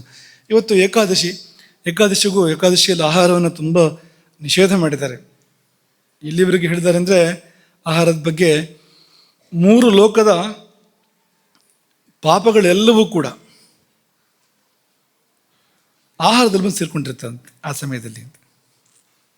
ಏಕಾದಶಿ ದಿನ ಯಾನಿ ಕಾನಚ ಪಾಪಾನಿ ಬ್ರಹ್ಮಹತ್ಯಾ ಸಮಾನಿಚ ಅನ್ನಮಾಶ್ಯತೆ ತಿಷ್ಟಂತಿ ಸಂಪ್ರಾಪ್ತೆ ಹರಿವಾಸರ ಬಂತು ಅಂದರೆ ಎಲ್ಲ ಪಾಪಗಳು ಅಲ್ಲಿ ಬಂದು ಠಿಕಾಣಿ ಹೊಡಿರ್ತೇವೆ, ಅನ್ನದಲ್ಲಿ ಬಂದು ಠಿಕಾಣಿ ಹೊಡಿರ್ತೇವೆ, ತಿಂದರೆ ಬಂದ್ಬಿಡ್ತೇವೆ ನಮಗೆ ಸೀದಾ ಅಂತ ಅನ್ನಷ್ಟು ಮಟ್ಟಿಗೆ ಹೇಳಿದ್ದಾರೆ. ಹಾಗಾಗಿ ಅದು ಒಳ್ಳೆಯದಲ್ಲ. ಹಾಗಾದರೆ ಹೇಗೆ ಮಾಡಬೇಕು? ಉಪವಾಸ ಕಷ್ಟಪಡಬೇಕಂದ್ರೆ ಕಷ್ಟನೂ ಪಡಬಾರ್ದು. ಹರಿಯ ಧ್ಯಾನದಲ್ಲಿ ಮುಳುಗಬೇಕು, ಹರಿಕಥೆ ಹರಿಕೀರ್ತನೆಗಳು ನಡಿಬೇಕು, ಹಾಡಬೇಕು, ಹರಿಯ ಕುರಿತು ಹಾಡಬೇಕು. ಹಾಡಿದವನು ಏನಾಗ್ತಾನೆ ಅಂದರೆ ಎಷ್ಟು ಸ್ವರಗಳನ್ನು ಪ್ರಯೋಗ ಮಾಡ್ತಾನೋ ಅಷ್ಟು ವತ್ಸರಗಳ ಕಾಲ ಅವನು ಉತ್ತಮ ಲೋಕಗಳಲ್ಲಿ ವಾಸ ಮಾಡ್ತಾನೆ ಅಂತ ಶಾಸ್ತ್ರಗಳು ಹೇಳ್ತವೆ ಅಂತ. ಎಷ್ಟು ಸ್ವರಗಳಂದ್ರೆ ಎಷ್ಟು ಸ್ವರ ಬರುತ್ತೆ. ಸರಿಗಮ ಪದನಿ ಹಾಡ್ತಾ ಹಾಡ್ತಾ 7 ಅಂತ ಹೇಳಬೇಡಿ, 7 ಎಷ್ಟು ಸಾರಿ ಬರುತ್ತೆ ಅಂತ. ಅಷ್ಟು ಕಾಲ ಅವನಿಗೆ ಉತ್ತಮ ಲೋಕಗಳಲ್ಲಿ ವಾಸ, ವೈಕುಂಠದಲ್ಲಿ ವಾಸ ಎಂಬುದಾಗಿ ಬಲ್ಲವರು ಹೇಳ್ತಾರೆ. ಕಥಾಂಚ ವಾಸುದೇವಸ್ಯ ಗೀತಕಂ ವಾಪಿಕಾರಿಯೇ ಧ್ಯಾಯನ್ ಪಠನ್ ಸ್ತುವನ್ ದೇವಂ ಪ್ರೇರೆಯೇದ್ ರಜನೀಂ ಬುಧಃ. ರಾತ್ರಿ ಇಡೀ ಎಚ್ಚರ ಇರಬೇಕು, ಏಕಾದಶಿ ಜಾಗರಣ ಅಂತ. ರಾತ್ರಿ ಇಡೀ ಇದನ್ನೇ ಮಾಡಬೇಕು. ಆಗ ಸರ್ವಸಂಗಂ ಸಂತ್ಯಜ್ಯ ಮಮಲೋಕಾಯ ಗಚ್ಚತಿ. ನನ್ನಲ್ಲಿಗೆ ಬರ್ತಾನೆ ಅವನು, ಎಲ್ಲವನ್ನೂ ಕಳ್ಕೊಂಡು ಎಲ್ಲವನ್ನು ಬಿಟ್ಟು ನನ್ನಲ್ಲಿಗೆ ಬರ್ತಾನೆ ಅವನು ಎಂಬುದಾಗಿ ಅದನ್ನು ಏಕಾದಶಿಯ ಮಹಿಮೆಯನ್ನು ವರ್ಣನೆ ಮಾಡಿದ್ದಾರೆ ಅಂತ. ಹಾಗಾಗಿ ಅಂತಂಥ ಫಲ ಇದೆಯಂತೆ. ಅದಕ್ಕೆ ನೋಡಿ,